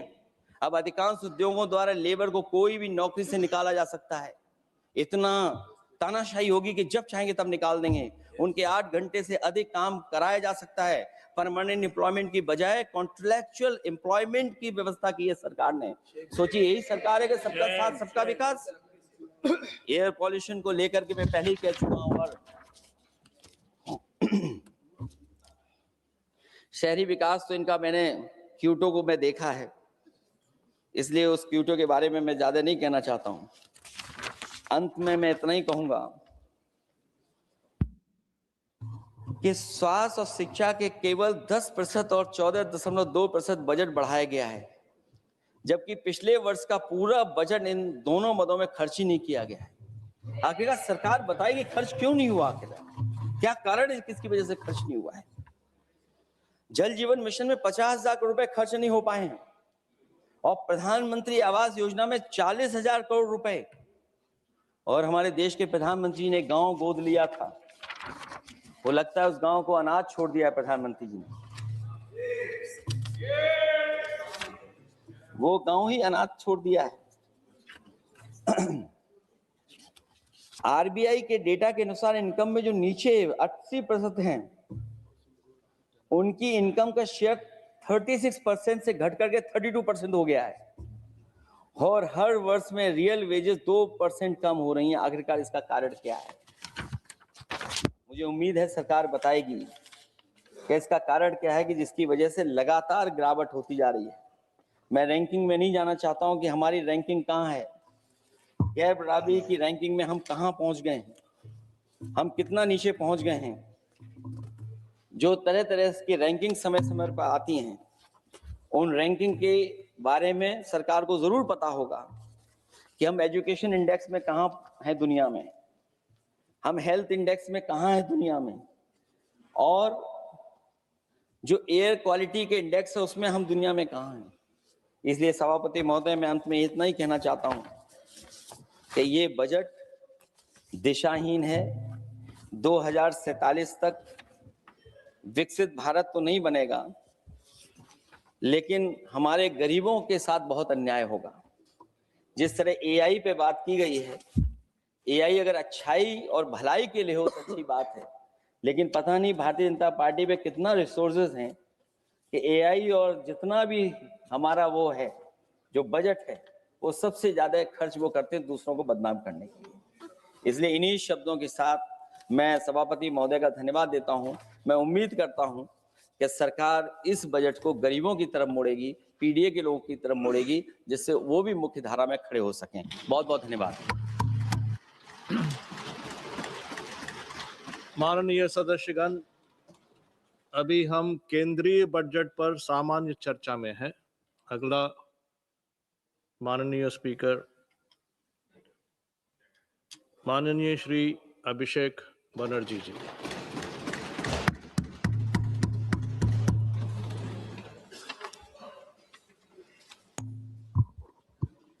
Thank you, sir, for giving me the opportunity to speak on the general budget. Sir, I rise here today not merely just a member of the opposition, but as a voice of billion Indians who were promised Achhe Din and who today struggle to survive under the weight of soaring costs. So this union budget was presented on Maghi Purnima, a day which is ideally meant for clarity, renewal of purpose, and moral responsibility. Yet, sir, this budget offers none of these. It does not heal the economy. Rather, this budget curates headlines. It speaks loudly in slogans, but softly in solutions. So this is a budget that rewards those who can avoid taxes through privilege and punishes those who pay them honestly through compulsion. With all due respect to the Honorable Finance Minister, I think the Honorable Finance Minister is appearing to practice the Robin Hood model in reverse. She drains the poor through taxation and inflation while rewarding the rich with concessions and privileges. Sir, even a cup of tea today comes with GST, but relief for the common man comes with condition, clauses, terms, and regulation. This is not a simple tax regime. It's a maze where only the powerful knows the exit and the honest taxpayer keeps paying the entry fee. Sir, Akhilesh ji was speaking before me. He was saying, UP के लिए क्या मिला है मैं इस budget में देखना चाह रहा था. Sir, 85 minutes का finance minister का speech था. Bengal was not even mentioned once. Even the freight corridor from Dankuni, referenced in this very budget, was originally announced by the then railway minister in 2009, which was Mamata Banerjee, who is now the chief minister of West Bengal.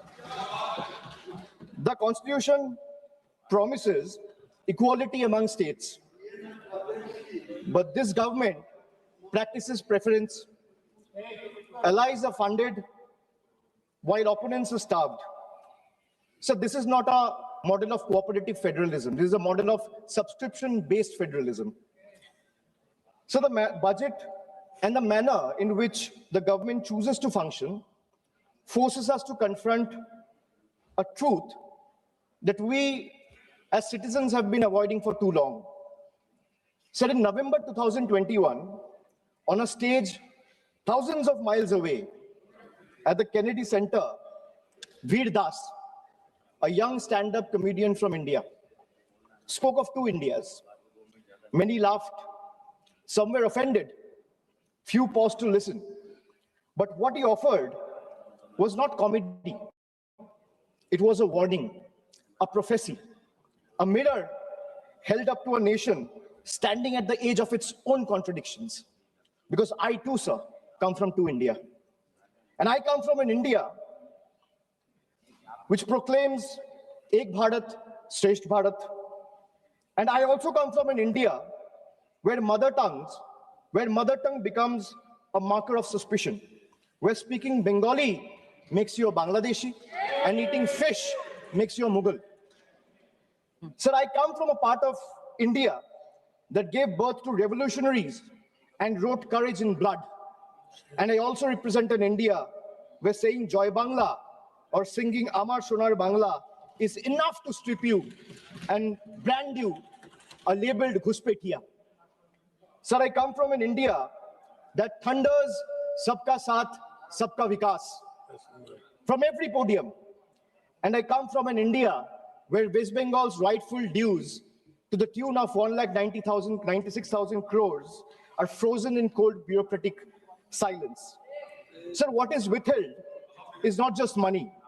What is withheld is dignity. What is withheld is constitutional promise that every Indian, every state stands equal before the union. This is not governance or federalism, sir. This is a message that you stand in line or you'll be made to pay the price. And that is the tragedy of our time. India has two faces, but that one India is being asked to kneel before the other is the truth that we all are facing today. Sir, I come from an India where the finance minister proudly declares with absolute confidence that India is the fastest growing economy in the world. And I come from another India where Bengal, after contributing 6.5 lakh crores in taxes in just last 7 years, is systematically denied its rightful share. So despite repeated requests and appeals, we have been denied employment under Manrega, housing under PM Awas Yojana, road connectivity under Gram Sadak Yojana, even basic drinking water under Jal Jeevan Mission is being stopped. So I come from an India that boasts of maximum governance, minimum government. And I also come from an India where governance means abandonment, where the poorest are forced to fight for roti kapra makan, where wages are held hostage, where houses are sanctioned on paper but erased in practice, where even drinking water becomes a bargaining chip in a political vendetta. I come from an India where farmers are stopped at the national capital with nail embedded in the roads with concrete barricades. And I also come from an India where terrorists can enter the national capital and carry out blasts killing 15 innocent people. I come from an India where we are told, and I quote, India's borders are safe and they cannot be violated. A promise that is made from the highest office. And I also come from an India where that promise lies in ruins. Terrorists crosses our border, infiltrated heavily guarded militarized zones like Pahalgam, and gunned down 26 innocent civilians under broad daylight. And honorable sir, all of these, the abandonment, the broken promises, the selective cruelty, it's not random, it's not accidental. It flows from a single unmistakable principle of this budget. So this budget is built on a single unmistakable principle, that is triple, teen. A writer once said, there are three kinds of lies: lies, damned lies, and statistics. Modern India lives with three certainties: pressure that mounts, taxes that multiply, and trust that is betrayed. So today, India lives under triple pressure, triple taxation, and triple betrayal, triple. So let me place before this August House my 10 principles of triple. Sir पहले है triple tax trap. एक आम इंसान को लगता है मैं एक बार इनकम टैक्स दे रहा हूं, but I will explain to the chair and share with this august house that how a common man is being taxed 3 times over, not once, twice, but thrice. So the first blow is the income tax.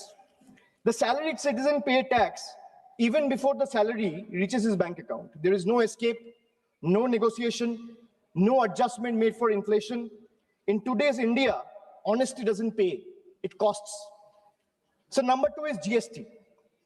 From the first biscuit with the morning tea to a school notebook, from sugar and spices in the kitchen to the electricity bills, from hospital expenses to medical expenses, from soap in the bathroom to the software at work, indirect taxes follows everywhere. Sir, jahan sarkar ki welfare schemes nahi pahunchti hai, wahan bhi GST pahunch jati hai. The government celebrates record GST revenue, but this number do not reflect growth or prosperity. They reflect a system squeezing revenue from consumption, often from necessity, not choice. So third tax is inflation, the most silent tax of all. The tax that rises without permission and collects without responsibility. It's a slow leak in the common man's wallet. For the middle class, inflation feels like the salary comes on time, but it doesn't last the month. The same grocery list costs more, the same school fees feel heavier, and the same electricity bill shocks more than even before. Nothing extra is being bought, yet money disappears faster. It quietly eats into savings meant for children's education, family travel, medical emergency, or old age. Sir, I come from an India that proudly calls itself a Vishwa Guru. And I also come from an India that is teaching the world how to extract triple tax out of a single citizen. So my triple number 2, triple pain of proving your existence. So let us be honest. Voting today is no longer considered enough. Having one's name on the electoral rolls for decades is no longer enough. Even service to the nation is no longer enough. You may be a decorated soldier, a Nobel laureate, a sitting High Court justice, or even a member of this august house, and still you have been asked to prove that you belong. This strikes the heart of Article 326 of the Constitution, which guarantees adult citizens the right to vote. Sir, in Bengal alone, 150 lives have been lost in the last couple of months, and nearly 1 crore people are today being treated as suspects. If electoral rolls are so unreliable that every citizen must continually reprove their legitimacy, then by that same logic, sir, the legitimacy of this very house formed on the basis of this very electoral rolls is itself questionable. Yes. So my triple number 3, and I'll talk of 3 betrayal. First betrayal is where the global crude oil prices crash. Indian citizen sees no benefit.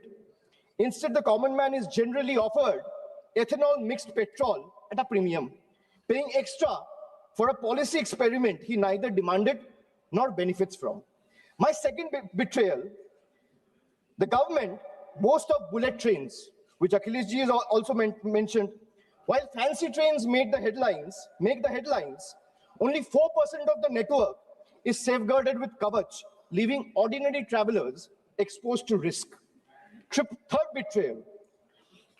So the ordinary Indian doesn't ask for any miracle. They ask for clean air to breathe, clean water to drink, safe roads to return home, and affordable healthcare while life falters. Even these simple hopes remain uncertain. An ordinary citizen pays income tax to buy a vehicle. Or for example, an ordinary citizen pays income tax to earn, a road tax to buy a vehicle, and toll tax to drive it on the road, often broken, unsafe, and unfinished. So 3 payments on 1 journey. अगर एक इंसान income tax दे रहा है, तो एक गाड़ी को सड़क पे चलाने के लिए सर उसको 3 बार टैक्स देना पड़ता है. एक है इनकम टैक्स, दूसरा है रोड टैक्स, तीसरा है toll tax. That is why I said 3 betrayals. So now I'll come to triple bonanzas for the rich. So this budget reveals a clear pattern. First, a triple bonanza for the elites and a triple lock on the poor.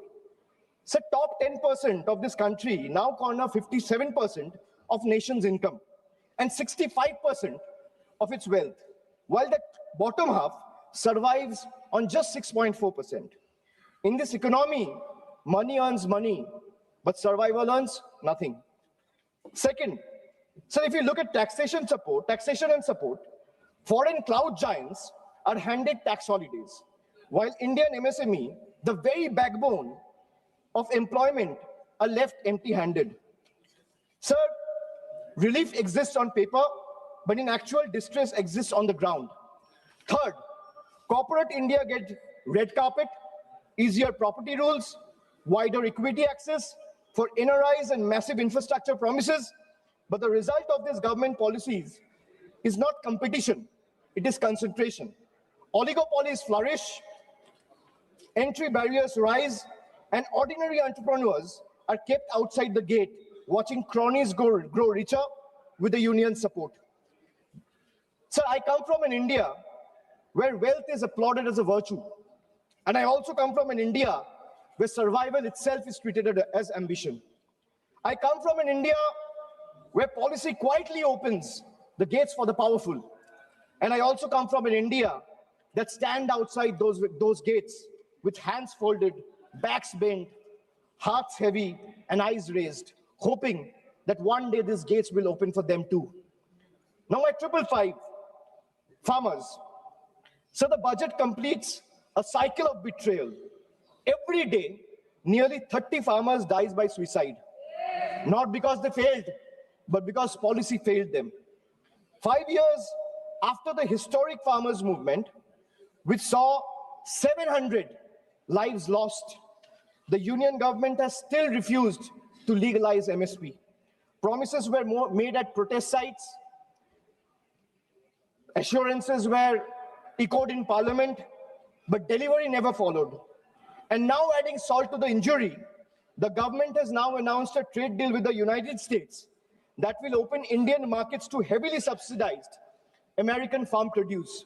The deal may benefit American farmers, but it will depress prices, destroy competitiveness, and further marginalize Indian farmers who struggle without MSP protection. So this is not a trade policy. This is an abandonment of our Annadata. Sir, I have a tweet right in front of me, which I want to show or place before you. Sir, Secretary Brooke Rollins, who is the Agricultural Secretary of the United States, she said, and this is 5 days back, on the day when the trade deal was announced, she's clearly saying, new US-India deal will export more American farm products to India's massive market.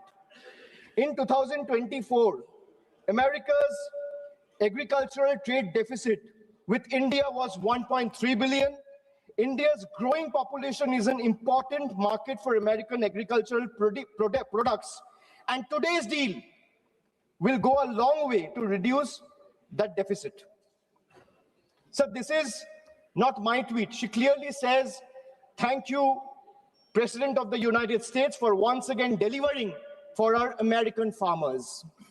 If the government doesn't agree with a tweet, so where is the disapproval letter, or where is the communication that the government has sent in protest to the tweet that has been sent out 5 days back? Sir, America का agriculture secretary कह रहा है इस deal से America का किसानों का फायदा है, इसीलिए हम अमेरिका का सभापति का धन्यवाद करता है. And the Indian government of the union has not written a line in protest of what the agriculture secretary has tweeted. So now I come to youth. So the much publicized PM internship scheme was allocated over 10,800 crores. Less than 5% of the amount has been utilized. Similarly, the PM Young Achiever Scholarship, which was meant to uplift the talented students from marginalized backgrounds, saw 31% of its fund go unused in financial year 25-26. Sir, if I speak of women, more than 86 women are raped every day in this country. A number that reflects systematic collapse, not isolated crime. Sir, Bengal exercised its constitutional authority and passed the Aparajita Bill, a stringent anti-rape law providing the strongest deterrence against crime against women. So the bill was duly sent to the union through the governor about 18 to 19 months ago. For a year and a half, it has remained pending without any decision.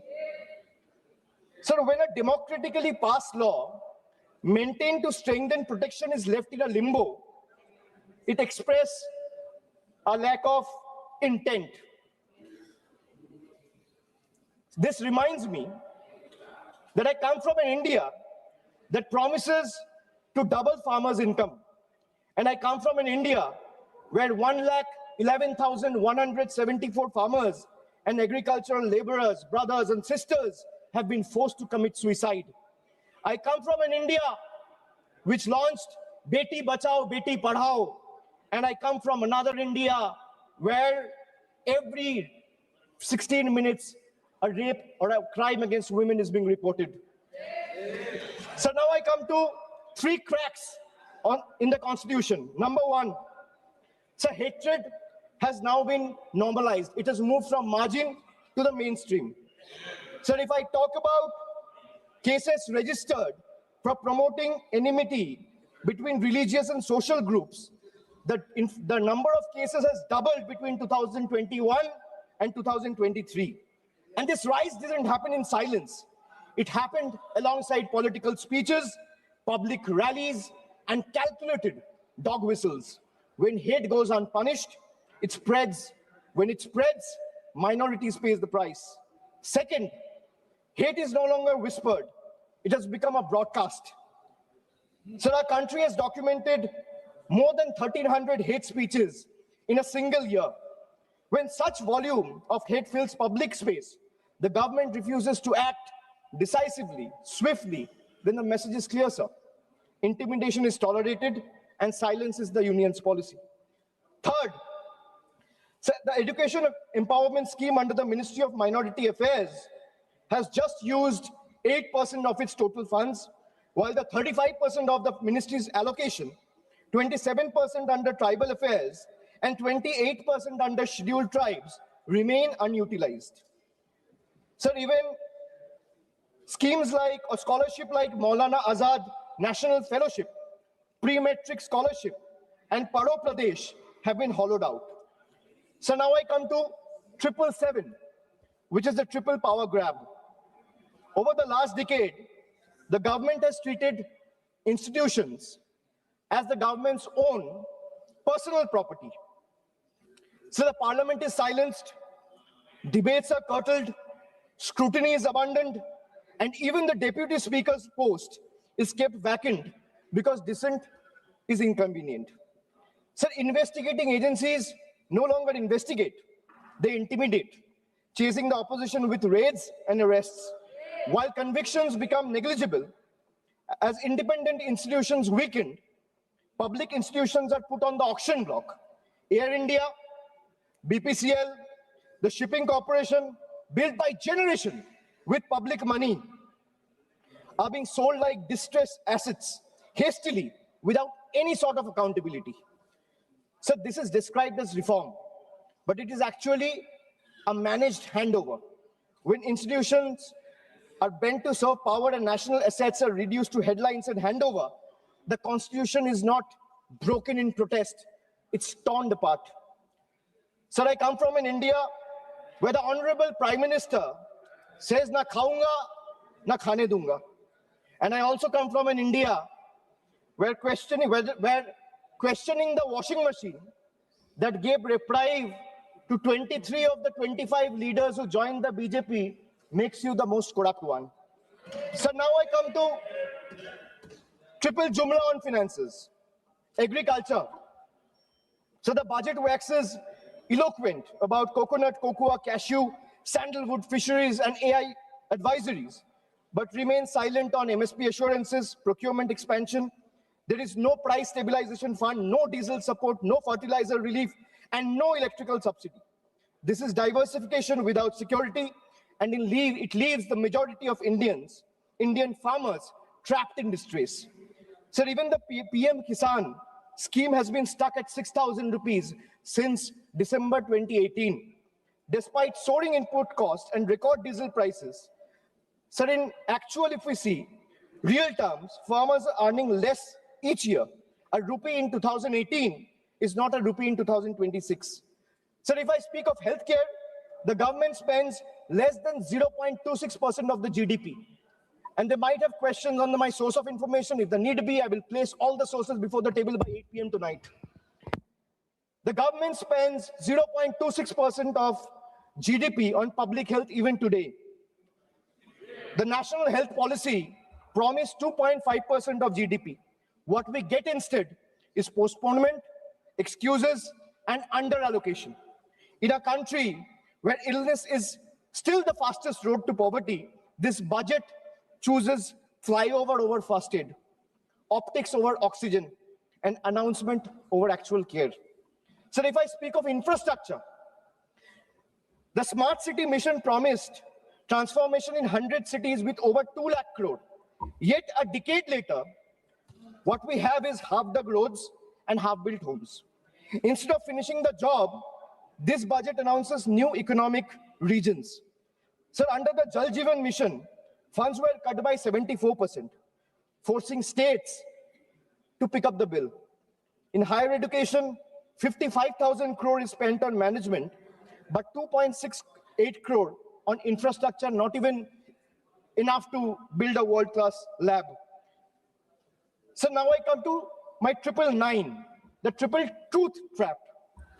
And what I mean by truth is, the accountability on the government, sir, primarily rests on three pillars. One is the RTI Act. But when I speak of transparency, it diluted the RTI Act by expanding personal information as a ground for refusal. Sir, if you speak of PM cares, the PMO claims it lies outside the purview of RTI because it's a private fund. A fund that is created by public authority in a public office with the money of the people is being claimed as a private fund. There's no accountability. Sir, NFHS and NCRB data has been frozen because welfare still runs on census 2011.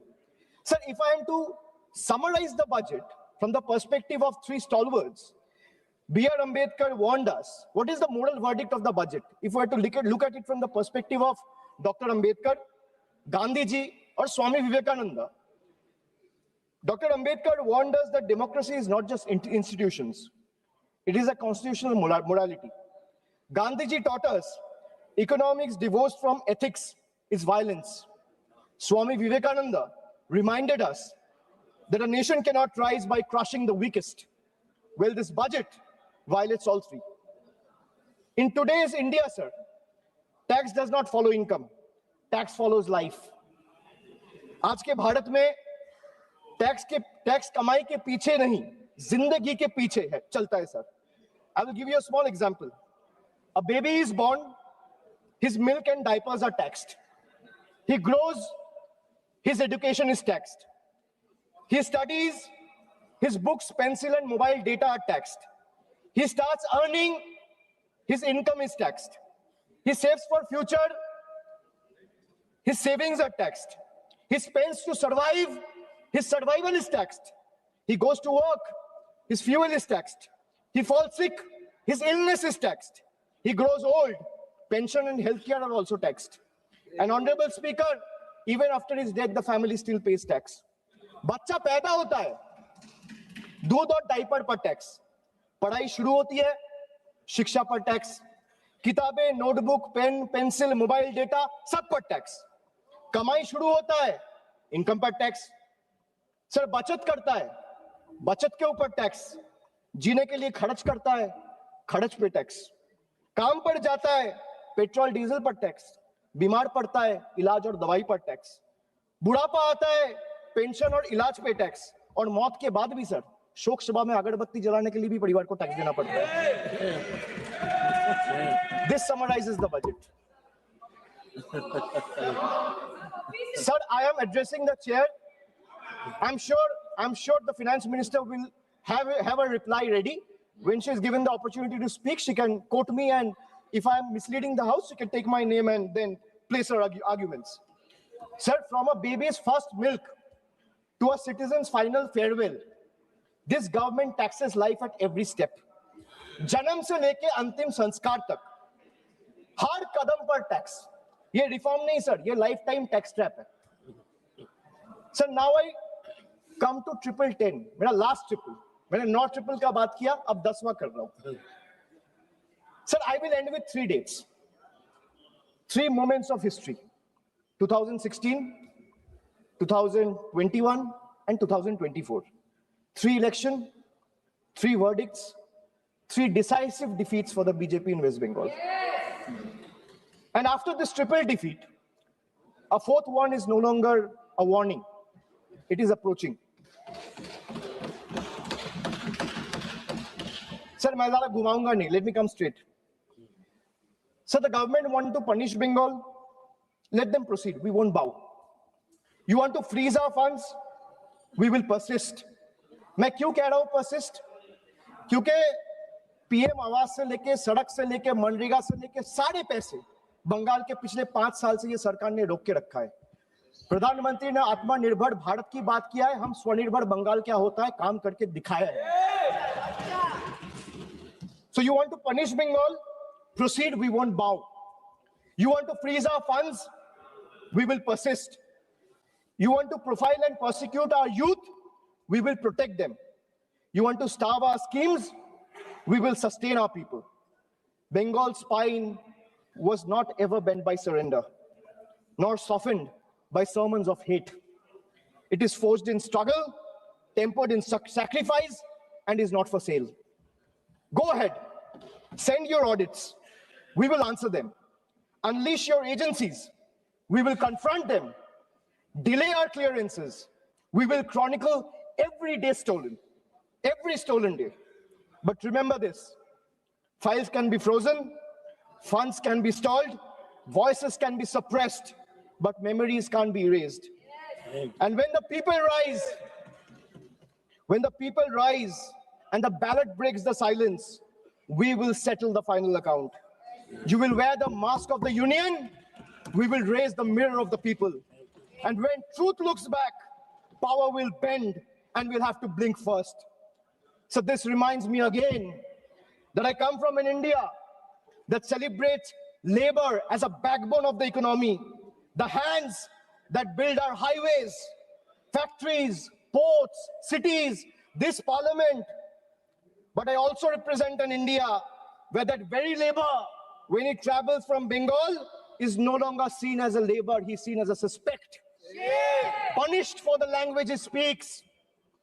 I come from an India where Northeast is proudly called Ashtalakshmi. And I also come from an India where Manipur bled for 864 days and the Prime Minister found no time to visit. I come from an India that derives its vocabulary from Ishwar Chandra Vidyasagar. And I also come from an India where Vidyasagar's bust was vandalized by ruling party at the center.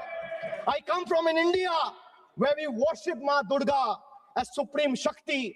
And I also come from an India where Ma Durga's ancestry is questioned by BJP leaders. So I really come from two India. And honestly, I'm tired of explaining this house which India I belong to. Because the truth are, they both exist. And until and unless we acknowledge the second one exists, we will never be able to be the first one we claim to be. So budgets can divide, politics can polarize, power can pretend, but there's something deeper than budgets, older than governments, and stronger than fear, which is the moral imagination of the people. When institutions weaken and language loses its faith, it is our literature, our culture, our shared memory that rises to remind the nation of who it is and who it must never cease to be. So I finally return to the Constitution. When you open the Constitution, it opens with the words, "We, the people of India." It's not a ceremonial phrase. It's a declaration of sovereignty. It's a reminder that power flows upward from the people, not the other way down. That governments may rule, but people remain the supreme. That sentence is not meant to be recited. It is meant to be lived. And as long as people remember it, no fear can last, no injustice can endure, and no republic can ever truly be taken away. And thus today, I do not end with slogans. I end with conscience, and I end with voice of Bengal. এই মৃত্যু উপত্যকা আমার দেশ না, এই জল্লাদের উল্লাস মঞ্চ আমার দেশ না, এই বিস্তীর্ণ শ্মশান আমার দেশ না, এই রক্তস্নাত কসাইখানা আমার দেশ না। আমি আমার দেশকে ফিরে কেড়ে নেব। জয় হিন্দ, জয় Bangla. Thank you. Next speaker, Sri T.R. Baluji. Honorable Chairman, sir, thank you for giving me this opportunity to discuss on the subject matter of budget estimate 26-27. First of all, I would like to congratulate Madam Nirmala Sitharamanji for having brought the budget estimates for the consecutive ninth time. Next to Mr. Chidambaram, who has also done the same thing in the same parliament. Sir, Finance Minister claims she aims at developed India by 2047. India has programmed like artificial intelligence, biopharma, semiconductors, critical minerals, and they are given a lot of priority and importance. But the question is, how efficiently Madam Nirmala ji is going to implement them with a sustained push. So strategy of the government is said to be reducing revenue expenditure and increasing capital expenditure. It is also claimed that revenue expenditure has fallen by 11% in the last 10 years. That is from 88% in 2014-15 to 77% 26-27. It is also stated that the reduction of the revenue expenditure included 7% of subsidies. But what is the reality? Well, usual practice is reduction of subsidies in the budget is made. And in the next 6 months, we come up with additional demands for subsidies through supplementary demands. That is what I have also mentioned in the last supplementary demands in 25-26. Within 6 months, things become haywire. Now at the end of the current fiscal year, you are saying that the revenue receipts shortfall is around 78,086 crores. Decrease in revenue expenditure is 1,05,503 crores. The fall in capital expenditure is 1,44,376 crores. It's a very huge fall. It gives no hope of credibility. Budget 26-27. Expenditure estimated is 53.43 lakhs crores. Expenditure proposed in 25-26 was 50.65 lakhs crores. Now FM is asking 3 lakh crores more in upcoming fiscal year. Usually the government used to announce big schemes in the budget, but even after several months, no progress is the result. Last year, 15th August, employment linked incentive ELI scheme was announced, and the incentive to labor and industry to provide additional 3.5 lakhs crores, 5 crores jobs with the outlay of 99,446 crores was launched, but the scheme has not taken off. Another non-starter is Research and Development Innovation RDI scheme announced with the effect from 1/7/25 and was said to be implemented with a corpus of 1 lakh crore, and provision of 20,000 crores was made in 25-26 budget. But no progress has been achieved in this effort. Also, this was also properly responded by the Honorable Minister during his reply in the Lok Sabha. Coconut production in Tamil Nadu. Tamil Nadu is the second largest coconut production state. 12 lakh acres are under cocoa cultivation next to paddy. Visit Pollachi, Pattukottai, Tiruchi, Dindigul, and others southern districts are major coconut producing districts. It has got high export potential to an extent of 3,500 crores per year. The production has fallen because of the root diseases, but Government of India has not taken care and the root diseases still remain. The economic survey pointed out that the agricultural growth has slowed down to 3.5% in 25-26 from 4.4%, nearly 1.1% fall. The tariff and trade agreement unilaterally announced by USA bound to open floodgates to import of agricultural products into India. This will be disastrous for our farmers and farm sector. The finance minister said in her speech that rich value crops like coconut, cocoa, sandalwood, cashews, etc. will be given special support. But the allocation was just 350 crores only. The farmers' organization are condemning this announcement of government is nothing but a naive rhetoric. Banana is another crop that requires special attention and support from Government of India. Tamil Nadu is #1 in banana cultivation and exports around 4,000 crores every year. Government of India should come forward to give special intensive to banana cultivation to boost exports. Union government has been giving stepmotherly treatment to Tamil Nadu, and there has been no special scheme or financial allocation so far. Even the prestigious projects like Seth Samuddram, which were implemented by UPA, has been shelved on political grounds. UPA government had gifted 69 large projects and very important projects in all sectors during 2004 and 2014. The last of the schemes included the Tamil Sammuri, Chennai Port to Madurai elevated bridge of 21 kilometers, abolition of SEDMA to protect textile industry, new railway station, new Navy division at Salem, Thiruvarur Central University, IEM at Trichy, Indian Maritime University at Chennai, etc. On the contrary, it lasts 12 years. For the past 12 years, one project has come, that is AIMS Madurai. Not yet taken up.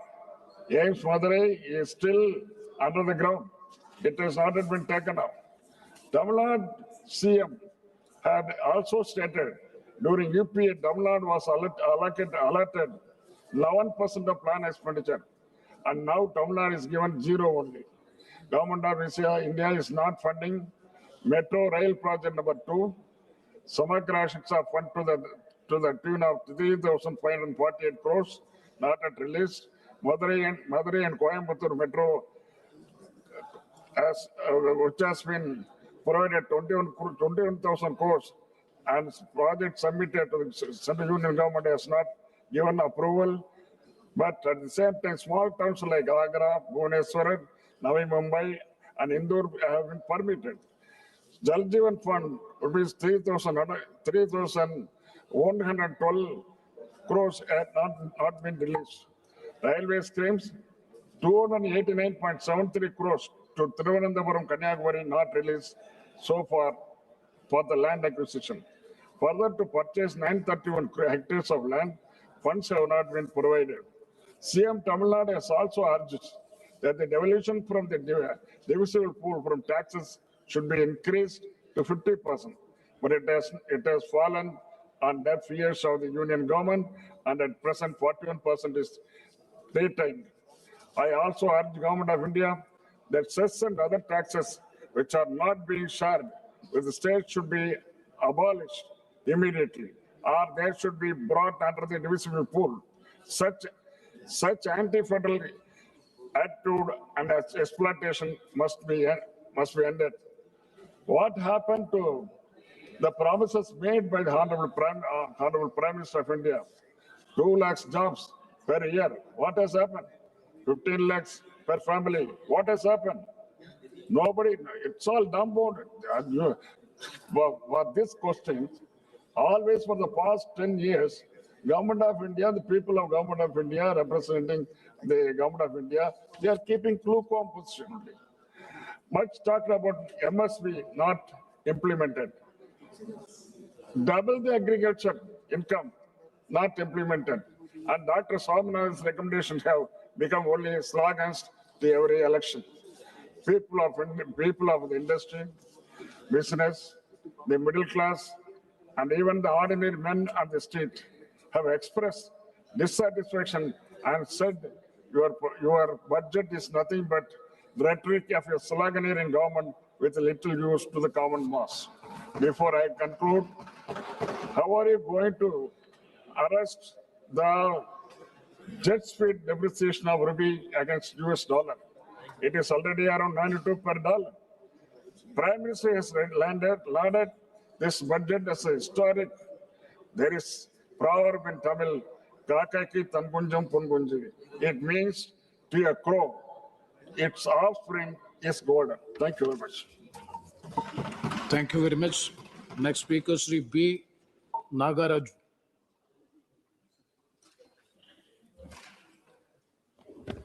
Respected Speaker, sir, మన గౌరవనీయ ప్రధానమంత్రి నరేంద్ర మోడీ గారి యొక్క దూరదృష్టి నాయకత్వాన్ని ప్రశంసిస్తూ 2026-2027 ఆర్థిక సంవత్సరానికి ముందు చూపుతో మరియు ఆర్థిక క్రమశిక్షణతో కూడినటువంటి కేంద్ర బడ్జెట్ను సమర్పించినటువంటి గౌరవనీయులైన ఆర్థిక మంత్రి నిర్మలా సీతారామన్ గారిని అభినందిస్తూ వికసిత్ భారత్ లక్ష్యంగా ఈ ఆర్థిక సంవత్సరపు బడ్జెట్ను 3 కర్తవ్యాల ఆధారంగా రూపుదిద్దుకుంది అధ్యక్ష.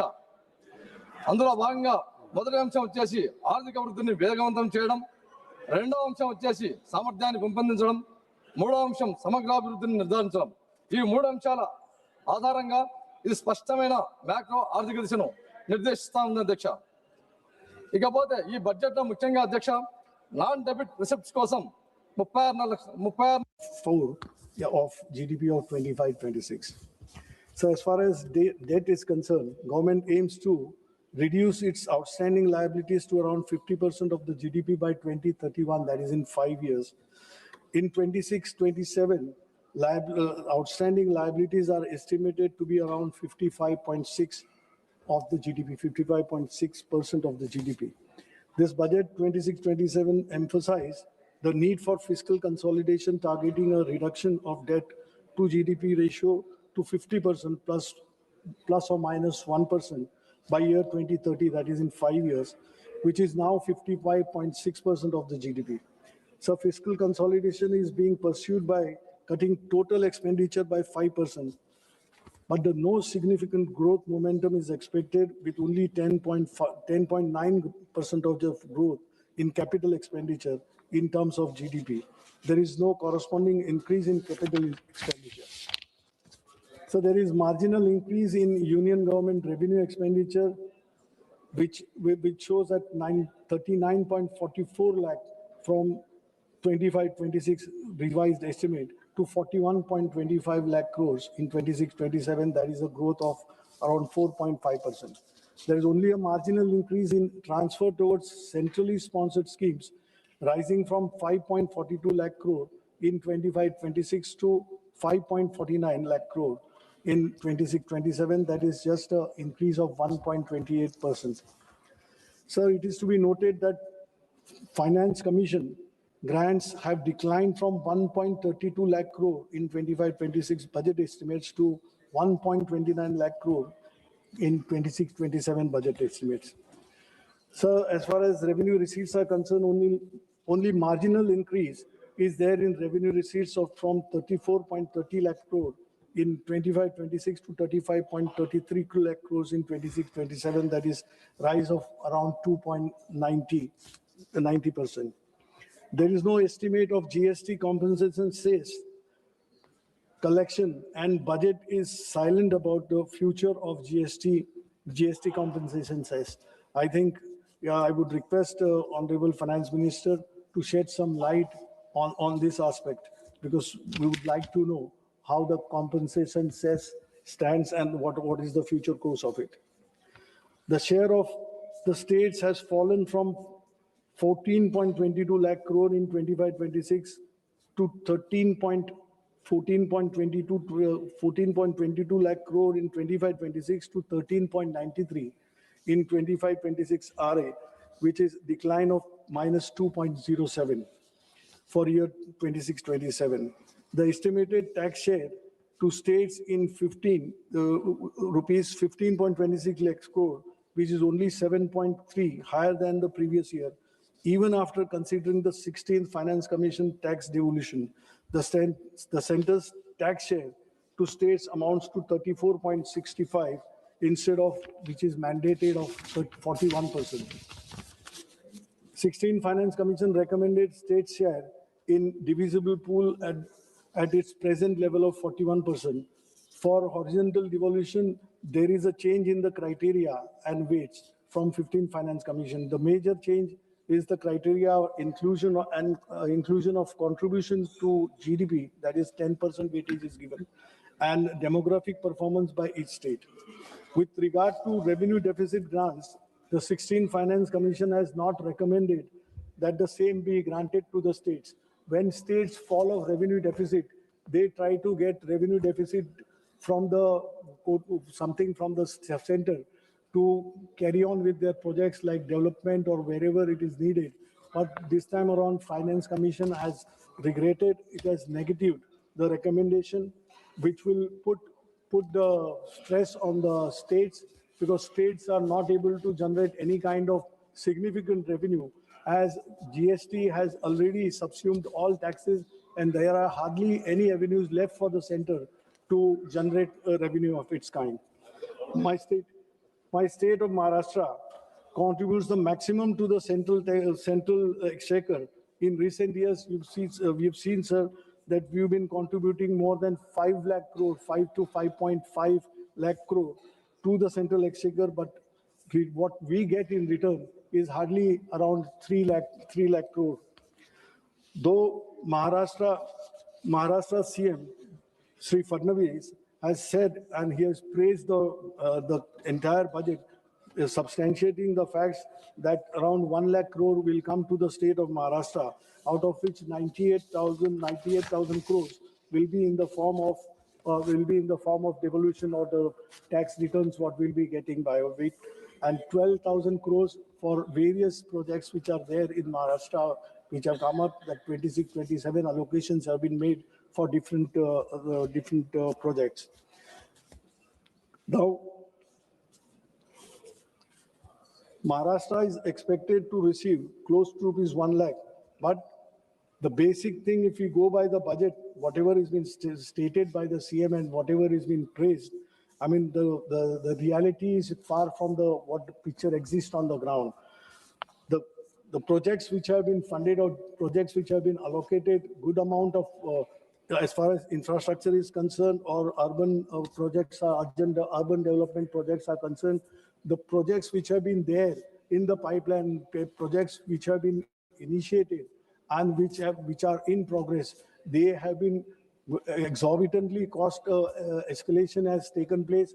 The overvaluation is being done, and it is favoring the contractors, which comes from to the government, and it gives suspicion for a lie or for suspicion to raise our doubts as far as corruption is concerned in Maharashtra. So whatever projects which are there, Mumbai-Aurangabad high-speed rail, that is 6,103 crore has been provided for that corridor. Mumbai metro projects, 1,702 crore has been provided for that. Mumbai urban transport project, MUTP 3, 462 crores have been allocated. Now, green mobility projects in MMR region, that is Mumbai metropolitan region, 155 crores have been allocated. Intelligent transport system, ITS, on Samriddhi Mahamarga, that is 680 crores. Now these are, and Pune Metro Rail project, that is 517 crores. These projects which ought to have been completed by long, but it is not yet completed, that escalation is on, overvaluation is being done, and this non-completion is not only proving inconvenient to the people, but it comes as a hindrance in the progress of Maharashtra. And who is benefiting out of it? Only contractors are benefiting out of it, and that is in connivance with the government officials or the politicians who are there and the treasury benches of Maharashtra. So these are the things, I mean, not leveling the charges, but this is what is seen by the people, felt by the people, and people feel that progressive state like Maharashtra, why it is taken backseat. Now, sir, finance and economy is concerned, as far as this budget is concerned, high-level committee on banking for Vikasit Bharat it is being proposed. Now, banking sector, that is the backbone of Indian economy. Now, this public sector, which had the strength, yesterday only or today only in the papers it has come, that State Bank of India has registered a 31,000 crore profit in the last quarter. So that is the strength and that is the capacity potential what our public sector banks, insurance or whatever public sector units are there. Instead of strengthening them, the government steps are going in the direction of weakening them. Why are we going for disinvestment? Why are we coming with the disinvestment plan? Every year we present a budget. Last year's, I think 75 to 80,000 crores were meant to be recovered in the revenue was to be received by way of disinvestment. But what has happened? Not even 40,000 crores came our way. And today, banks like IDBI, which is just, IDBI employees are worried that why it is being thought or why it is being put on the panel that it will be privatized. Private banks are not going for the people, they are not going for the employment, they are not going to help you. Now in the banks, instead of having where the potential is so large, when you have good profits, banks which were shouldering the responsibility of addressing the unemployment issue in the country, now they are not, because government has tied their hands. Whenever we talk to management, they are saying we are not getting clearance from the finance ministry.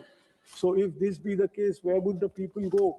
When we call that brain drain is happening day in, day out from India, where the youth would go if they are not finding, despite having good qualifications, they are not having any chances to get employment into banks or public sector, this thing where they would make their future. If that is so, they have no alternative but to leave the country. And this is a sad situation when we talk of creating employment. On one side, wherever employment opportunity capacity is there, employment is not given. Even this is happening in case of insurance companies also. Insurance companies who were doubted that one day all three general insurance companies were to be made one, or they were to be by way of disinvestment, they were to be decided. But now that, their solvency ratio and everything which has come up with the employees' hard work, now the government's stance is, fortunately, it has changed. But these are the things, which we need to look.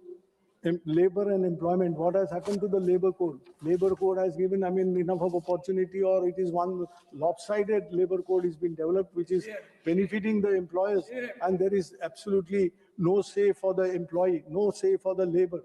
Today, what is the situation? When we have started saying that gig economy, why it has come in this gig economy, people who are working, those poor who are working there, they are slogging day in, day out, all 24/7. Who are they? They are engineers, they are chartered accountants, they are lawyers.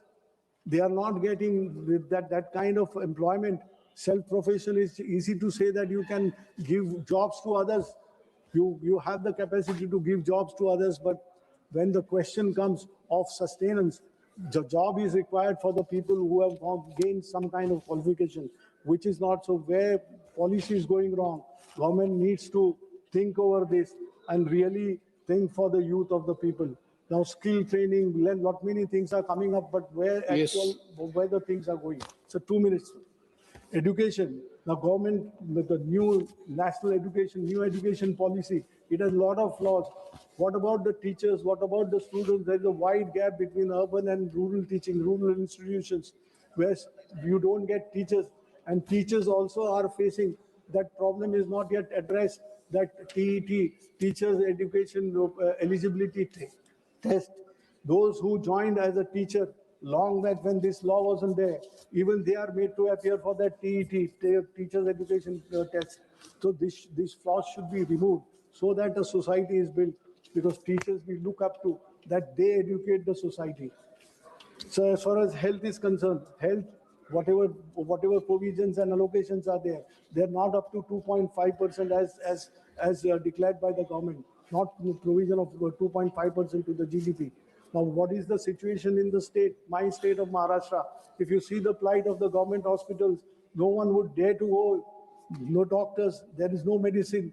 Patients are lying there are no beds for patients to accommodate on the beds. They are lying on the corridors. And this kind of things which is happening not only in rural areas in the city like Mumbai also. Now, please try to conclude. And agriculture, we are giving a 10,000 crore credit line. Everything is spelled out. Everything is there on the paper. But what is the reality? The suicides which are becoming suicides has become a pattern. By the day, numbers are increasing in the state of Maharashtra. What is happening? Why it is happening? Pradhan Mantri Fasal Bima Yojana, really is it working? It is on the paper. Why, when a farmer is paid a claim of rupees 3 and 6, you can imagine how that working is, what the formula is, who is formulated that, and what is the agency is doing, what are the people doing. And a poor farmer has, his dreams are finished. He has nothing to look up to. And they are finishing their lives because there is nothing, no tomorrow for them. So last but not the least, the main is Manrega. Now it is renamed as VBG Ramji. But what is the basic character of this scheme itself is changed. Now it is the government, if needed, the central government was funding 90% of it, 100% of it. But now if it is needed by the state would request the guarantee of days. It is shown that it is 100 it is extended from 100 to 125 days. What is the use of it? You have changed the character, killing the Manrega, killing the poor labor in the country. Yes, And thank you. to conclude, I'm just concluding, I would say that when we think that robots and AIs will be the future of tomorrow, Viksit Bharat, but see, government should ensure that people who are living human beings in India, they are taken care of before the AIs rule over. Thank you. Thank you very much. Next speaker, Sri Akhilesh Yadav. Please. Akhilesh Yadav.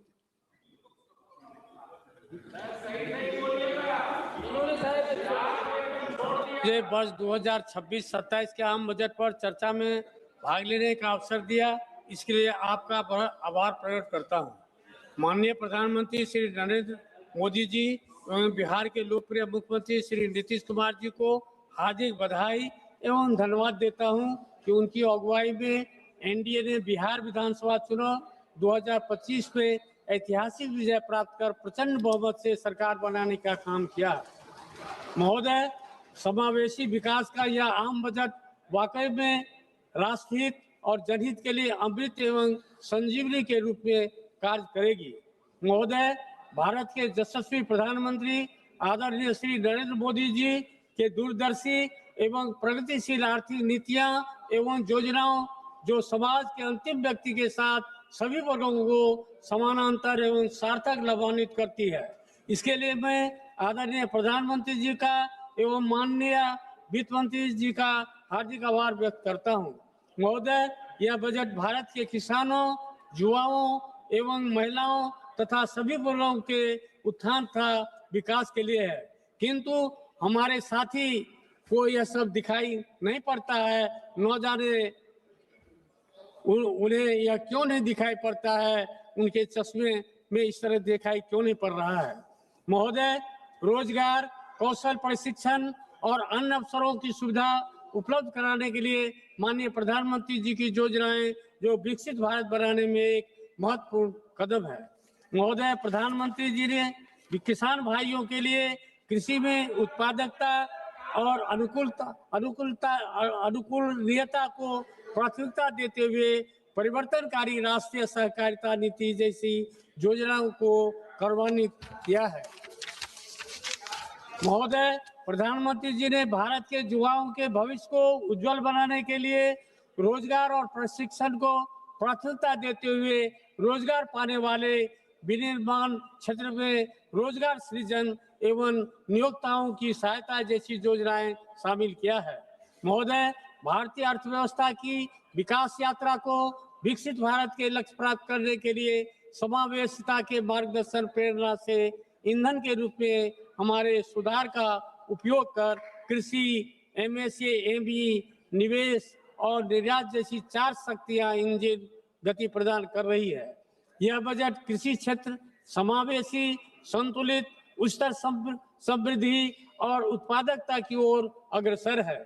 युवाओं का सशक्तिकरण हमारी समृद्धि युवाओं को पर्याप्त रूप से साधन संपन्न करने और सशक्त बनाने पर निर्भर करती है।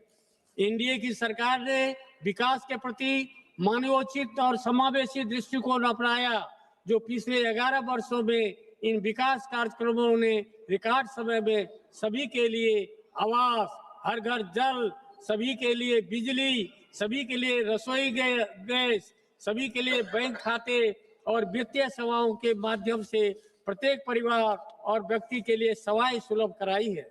वहीं करोड़ लोगों को मुफ्त राशन उपलब्ध कराकर गरीबी की चिंता समाप्त कर दी है और रोजगार का सृजन हुआ है।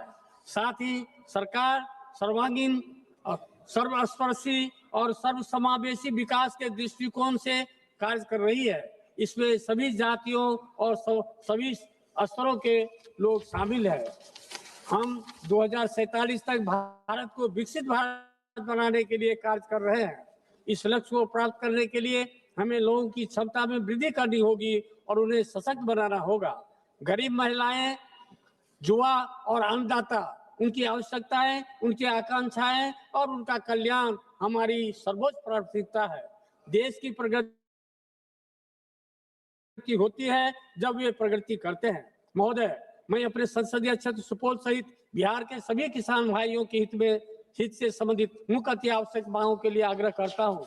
वर्ष 2008 के प्रलयकारी बाढ़ की तबाही के बाद कोसी क्षेत्र के किसान भाइयों ने बहुत ही कष्ट सहन कर मखाना के साथ मक्का एवं जूट की खेती करना शुरू किया। मैं माननीय प्रधानमंत्री जी का आभार व्यक्त करता हूं कि आपके द्वारा मखान बोर्ड की स्थापना की गई है।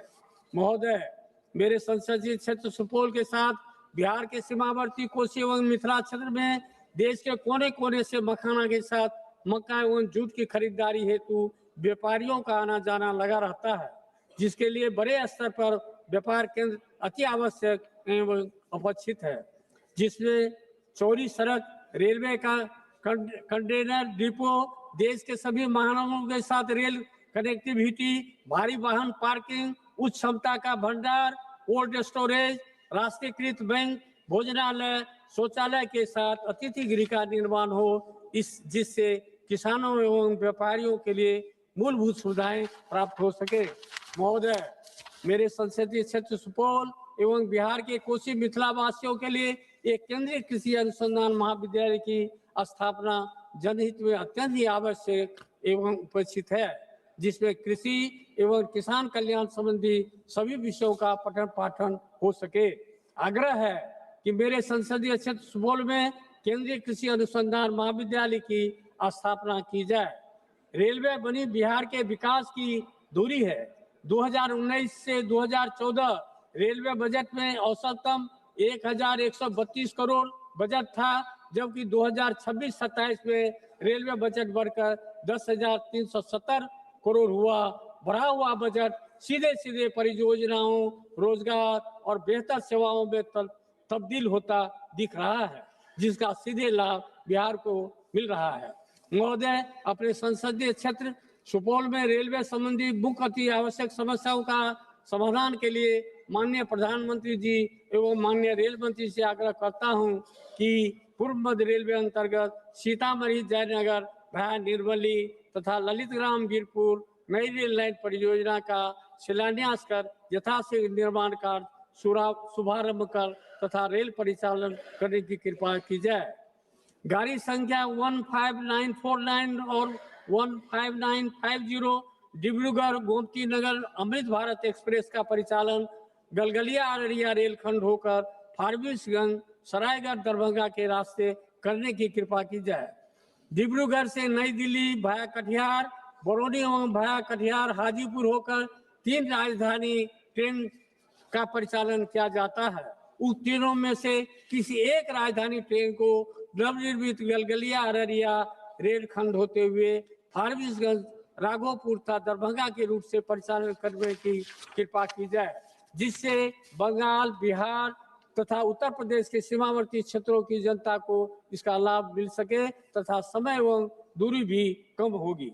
छात्रों, युवाओं, किसानों, व्यापारियों तथा शिक्षा, स्वास्थ्य, बाजार, कोर्ट कचहरी की सुविधा के लिए पूर्व मध्य रेलवे के त्रिवेणीगंज से पटना भाया सरायगढ़ दरभंगा होते एक मेल एक्सप्रेस ट्रेन का परिचालन रात्रि में दोनों तरफ से किया जाए। साथ ही सुपौल से सियालदह कलकत्ता के लिए एक नई ट्रेन चलाई जाए, जिसे क्षेत्र के व्यापारियों तथा उस क्षेत्र के सीमावर्ती क्षेत्र के जनता को इसका लाभ मिल सके। बिहार राज्य के सुपौल जिला अंतर्गत NH 387 सुपौल से बरिया मंच होते हुए भाया मरौना एवं मधेपुर होते हुए दरभंगा तक सड़क एवं उक्त सड़क के मध्य कोसी नदी में पुल का निर्माण करने की कृपा की जाए। अध्यक्ष महोदय, विकसित भारत के निर्माण के लिए देश के गरीब, युवा, नारी शक्ति और किसान सशक्त होंगे। सरकार इसके प्रति वचनबद्ध है। इन्हीं शुभकामनाओं के साथ मैं 2026-27 के आम बजट का समर्थन करते हुए बिहार के समस्त जनता एवं जनता दल यूनाइटेड की तरफ से धन्यवाद एवं आभार प्रकट करता हूं। धन्यवाद। धन्यवाद। श्री बजरंग सोनेवानी जी। मुझे आपने बोलने का मौका दे दिया। मैं एनसीपी शरद पवार पार्टी से हूं। आदरणीय शरद पवार साहब से कृपा से मैं ये सभागृह में हूं। मुझे बहुत खेदजनक बात ये बजट पे बात करते टाइम पे बोलना है कि महाराष्ट्र के वित्त मंत्री जो डेप्यूटी सीएम थे, उनका निधन 14 दिन पहले हो गया। इस सभागृह में सदस्य थे। पहले मैं उनको भावपूर्ण श्रद्धांजलि अर्पण करता हूं। और माननीय अध्यक्ष जी, मैं सन 2026-27 या अर्थसंकल्पावर बोलण्याची संधी दिल्याबद्दल आपले मनपूर्वक आभारी आहे। महोदय, यावेळच्या अर्थसंकल्पामध्ये सरकारचा कोणता स्पष्ट दृष्टिकोन, ठोस धोरण किंवा देशवासियांसाठी काहीतरी करण्याची ठाम इच्छाशक्ती दिसून येत नाही। हा अर्थसंकल्प घाईघाईत कोणताही सखोल विचार न करता जमिनीवरील वास्तव्याने समजून तयार करण्यात आलेला नाही। नेहमीप्रमाणे यालाही अर्थसंकल्प न म्हणता सरकारचा आणखी एक जुमला बजेट म्हणणे अधिक योग्य होईल। महोदय, मी या सभागृहापूर्वी काही महत्त्वाचे मुद्दे मांडू इच्छितो। मागील अर्थसंकल्पात मांडलेले मुद्दे यावेळेस केवळ रंगरंगटी करून नव्या स्वरूपात पुन्हा सादर करण्यात आलेले आहेत। महोदय, माननीय अर्थमंत्री महोदयांनी सुधार एक्सप्रेस या संकल्पनेची मोठ्या गाजावाजात घोषणा केली आणि सरकारने 350हून अधिक सुधारणा केल्याचे सांगितले। मात्र 350 सुधारणा नेमक्या कोणत्या याचा तपशील देण्यात आलेला नाही। जीएसटी सोडल्यास कोणताही ठोस सुधारणा झाली हे स्पष्ट होत नाही। जीएसटी सारखा विषय गोरगरिबांना लुटण्याचा विषय जीएसटी मध्ये होतो। जीएसटी मध्ये बरेच काही बदल केले, हे बदल सुद्धा चुकीच्या पद्धतीने आहेत असं माझं मत आहे। महोदय, जीएसटी बाबत सांगायचे झाले तर हा कर घाईघाईत रात्री 12 वाजता घंटा नाद करत लागू करण्यात आला।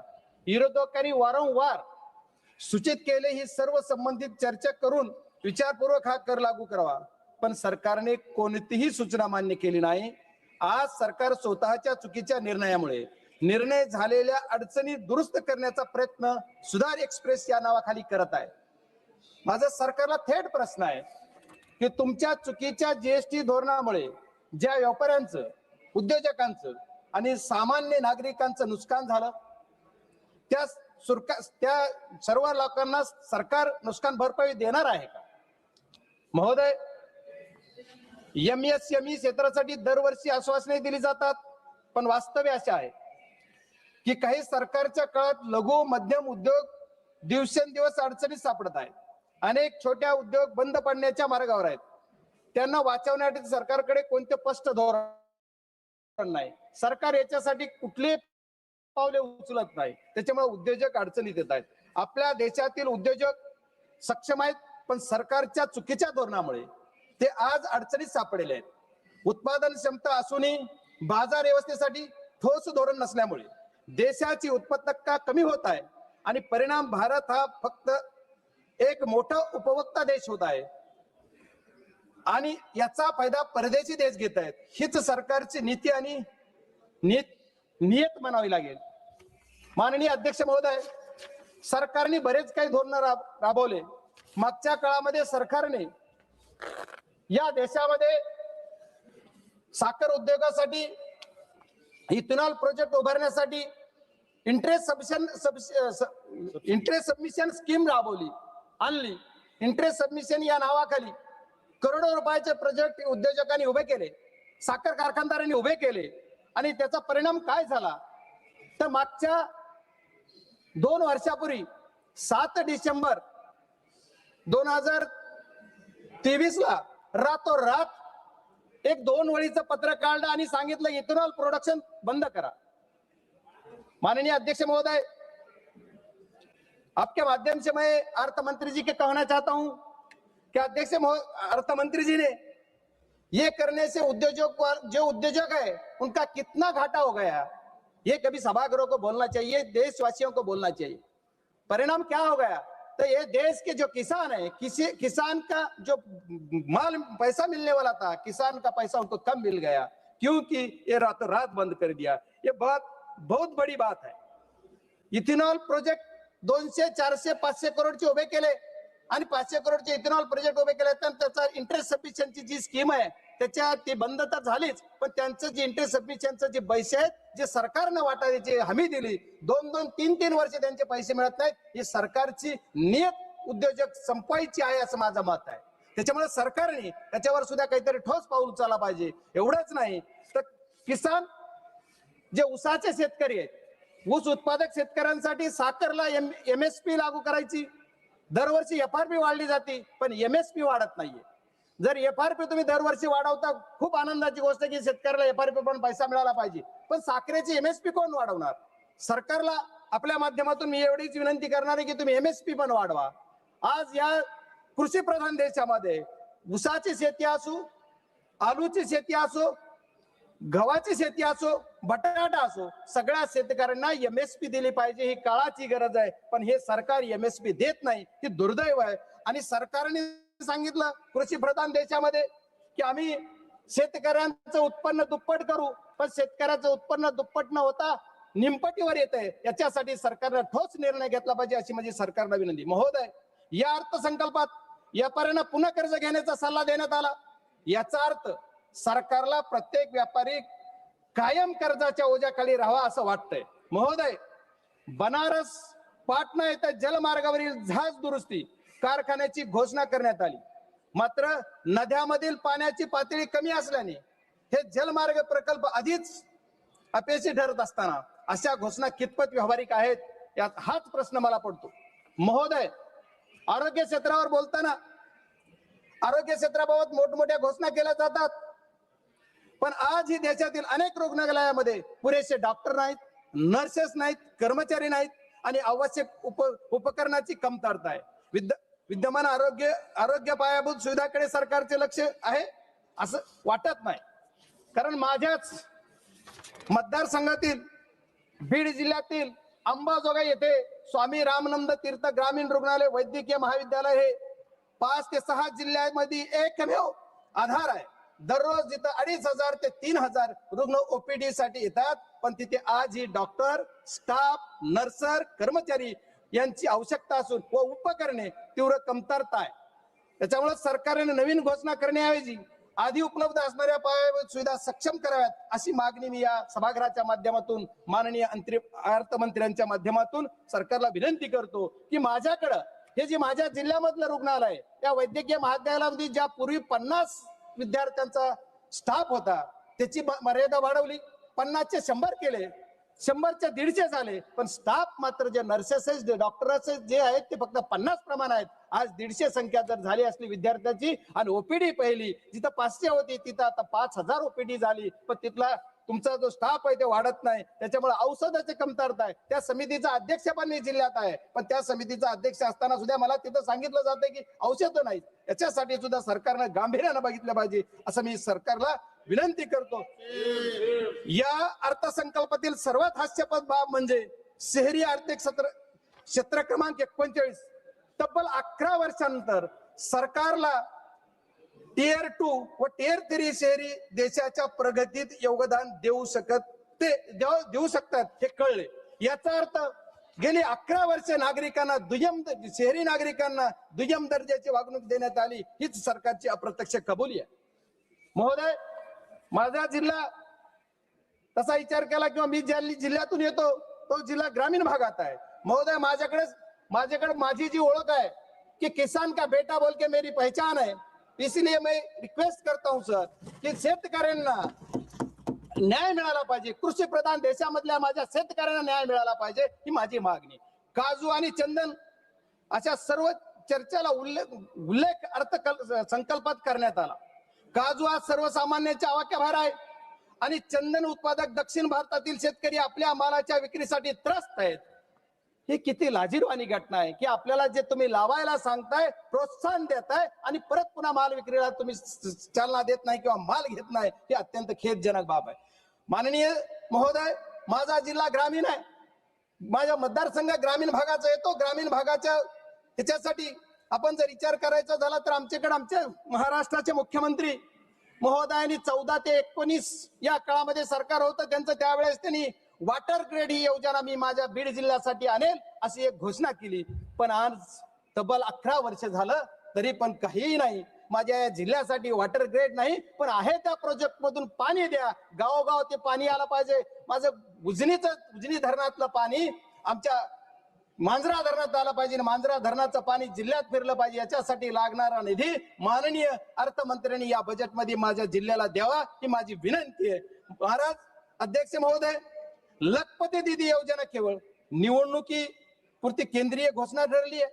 देशातील महिलांच्या सुरक्षेचा प्रश्न मात्र अजूनही त्यासाठी सरकारचं कोणतंही ठोस पाऊल नाहीये, कुठलं धोरण नाही. महिलांसाठी अन्याय, महिलांसाठी अत्याचार, दर दिवस रेप्स एवढे प्रकार घडतात. सरकार त्यांना कुठं ठोस असा निर्णय घेऊन त्यांना संरक्षण देत नाही. महोदय, एवढेच नाही तर सरकारच्या बऱ्याच योजना आहेत. आता अर्थमंत्री गेलेत, मला त्यांना विचारायचं आपल्या माध्यमातून की सरकारची PMGSY म्हणजे ग्रामीण विकास या अर्थसंकल्पात प्रचंड कमतरता आहे. सर 2 मिनिट में कंक्लूड करता हूं प्लीज. PMGSY नावाची योजना जी सरकारची आहे, या PMGSY योजनेचा टप्पा 3 एकाही कामाला मंजुरी नाहीये. आज 2 वर्ष मी खासदार होऊन झाले, एकाही कामाला मंजुरी नाही. One single work, no sanction. Sir इसलिए मैं कहता हूं कि सब जल्द से जल्द ये देना चाहिए. सर सरकार की और एक घोषणा है, हर घर घर जल और नल. ये योजना के अंदर 50 करोड़ रुपया पिछले बजट में से खर्चा नहीं हुआ और मेरे जिले के अंदर 1 रुपया ही नहीं दिया. सर क्यों? अगर 50,000 करोड़ तुम्हारा टैक्स होता है और मुझे 1 रुपया ही नहीं मिलता, ये खेदजनक बात है. क्योंकि अपोजिशन वाला MP है बोल के नहीं दिया क्या? ऐसा मेरा सवाल सरकार से है. मेरा रिक्वेस्ट है सर 2 मिनट मेरा समय है मेरे पार्टी का, उतना दे दीजिए प्लीज. और सर मेरे जिले के अंदर टेक्नोलॉजी पे आप बोल रहे 21 भारत, अभी क्या क्या करना है? भारत 1 नंबर पे लाना है, कौन से टाइप पे लाना है सर?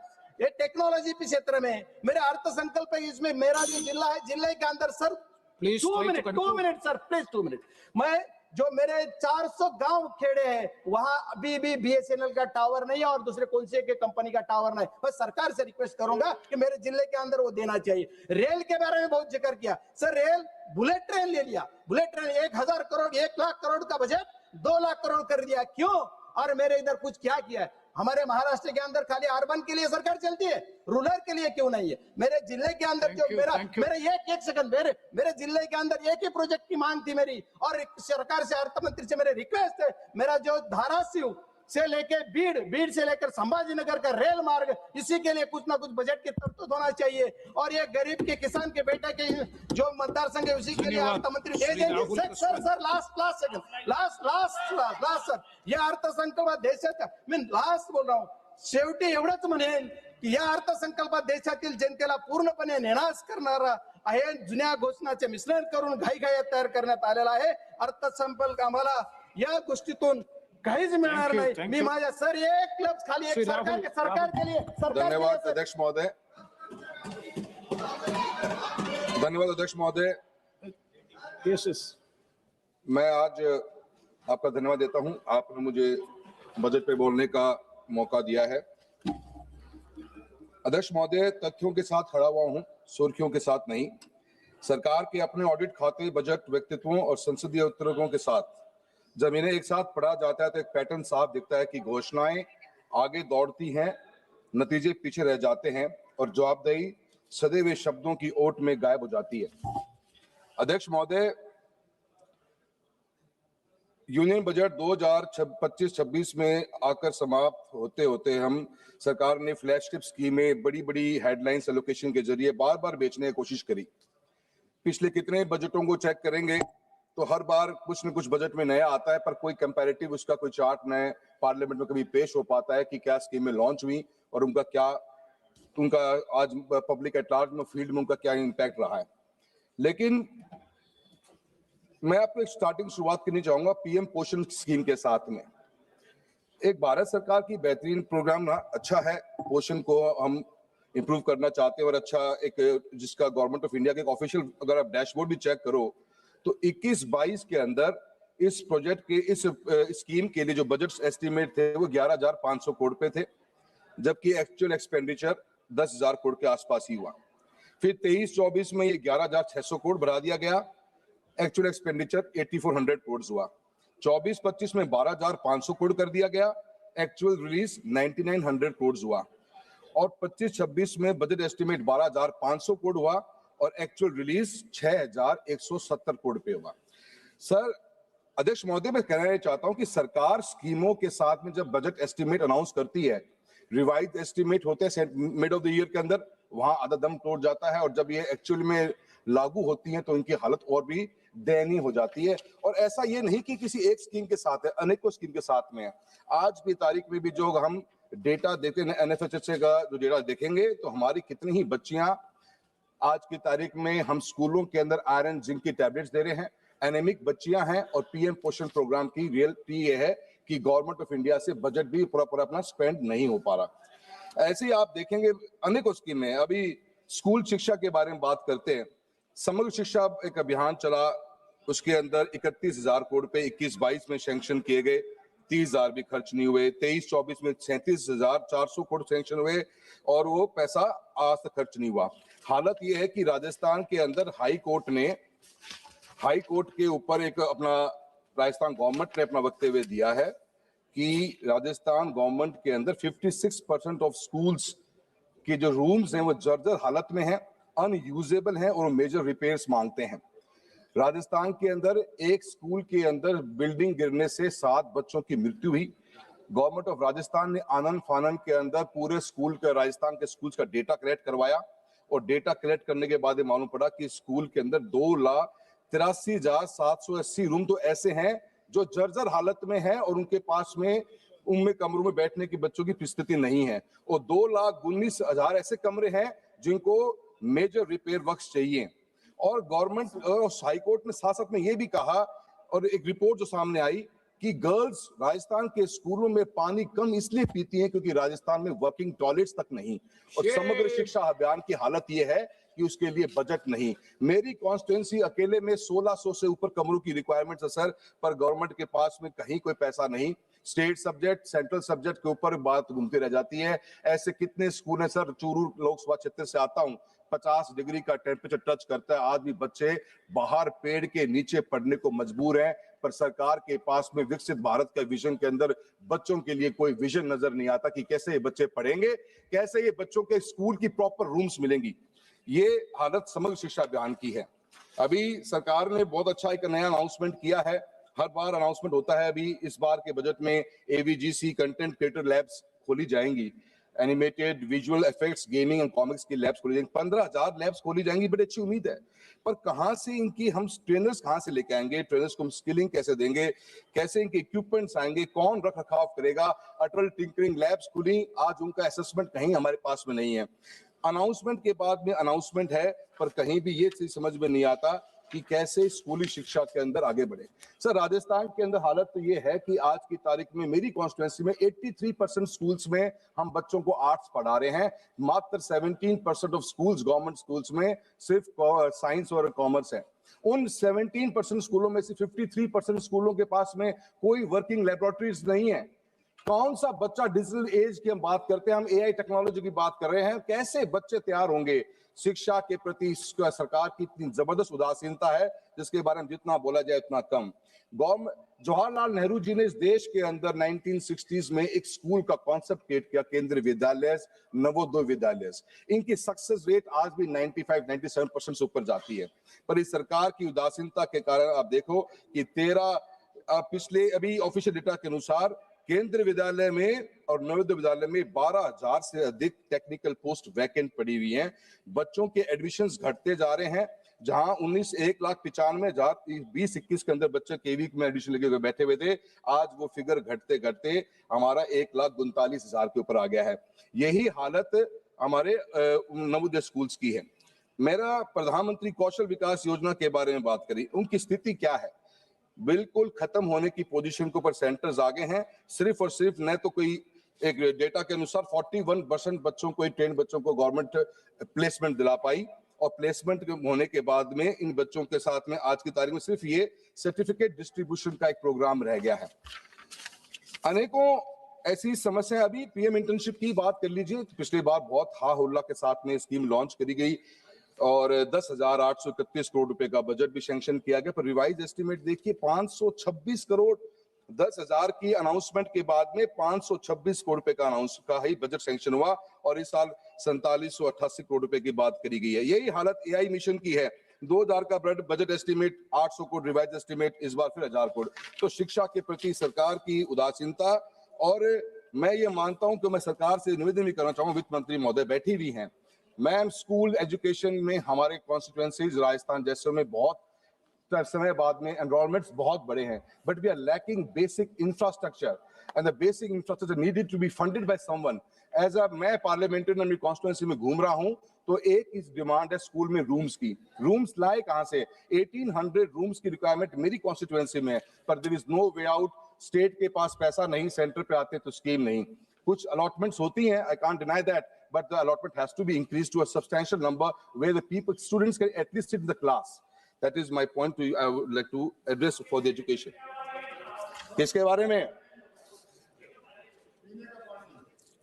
सर वहां पे भी नहीं बोलने दे रहे, यहाँ पे भी नहीं बोलने दे रहे हो, कहीं तो बोलने दो। सर, जल जीवन मिशन के बारे में बात चली है।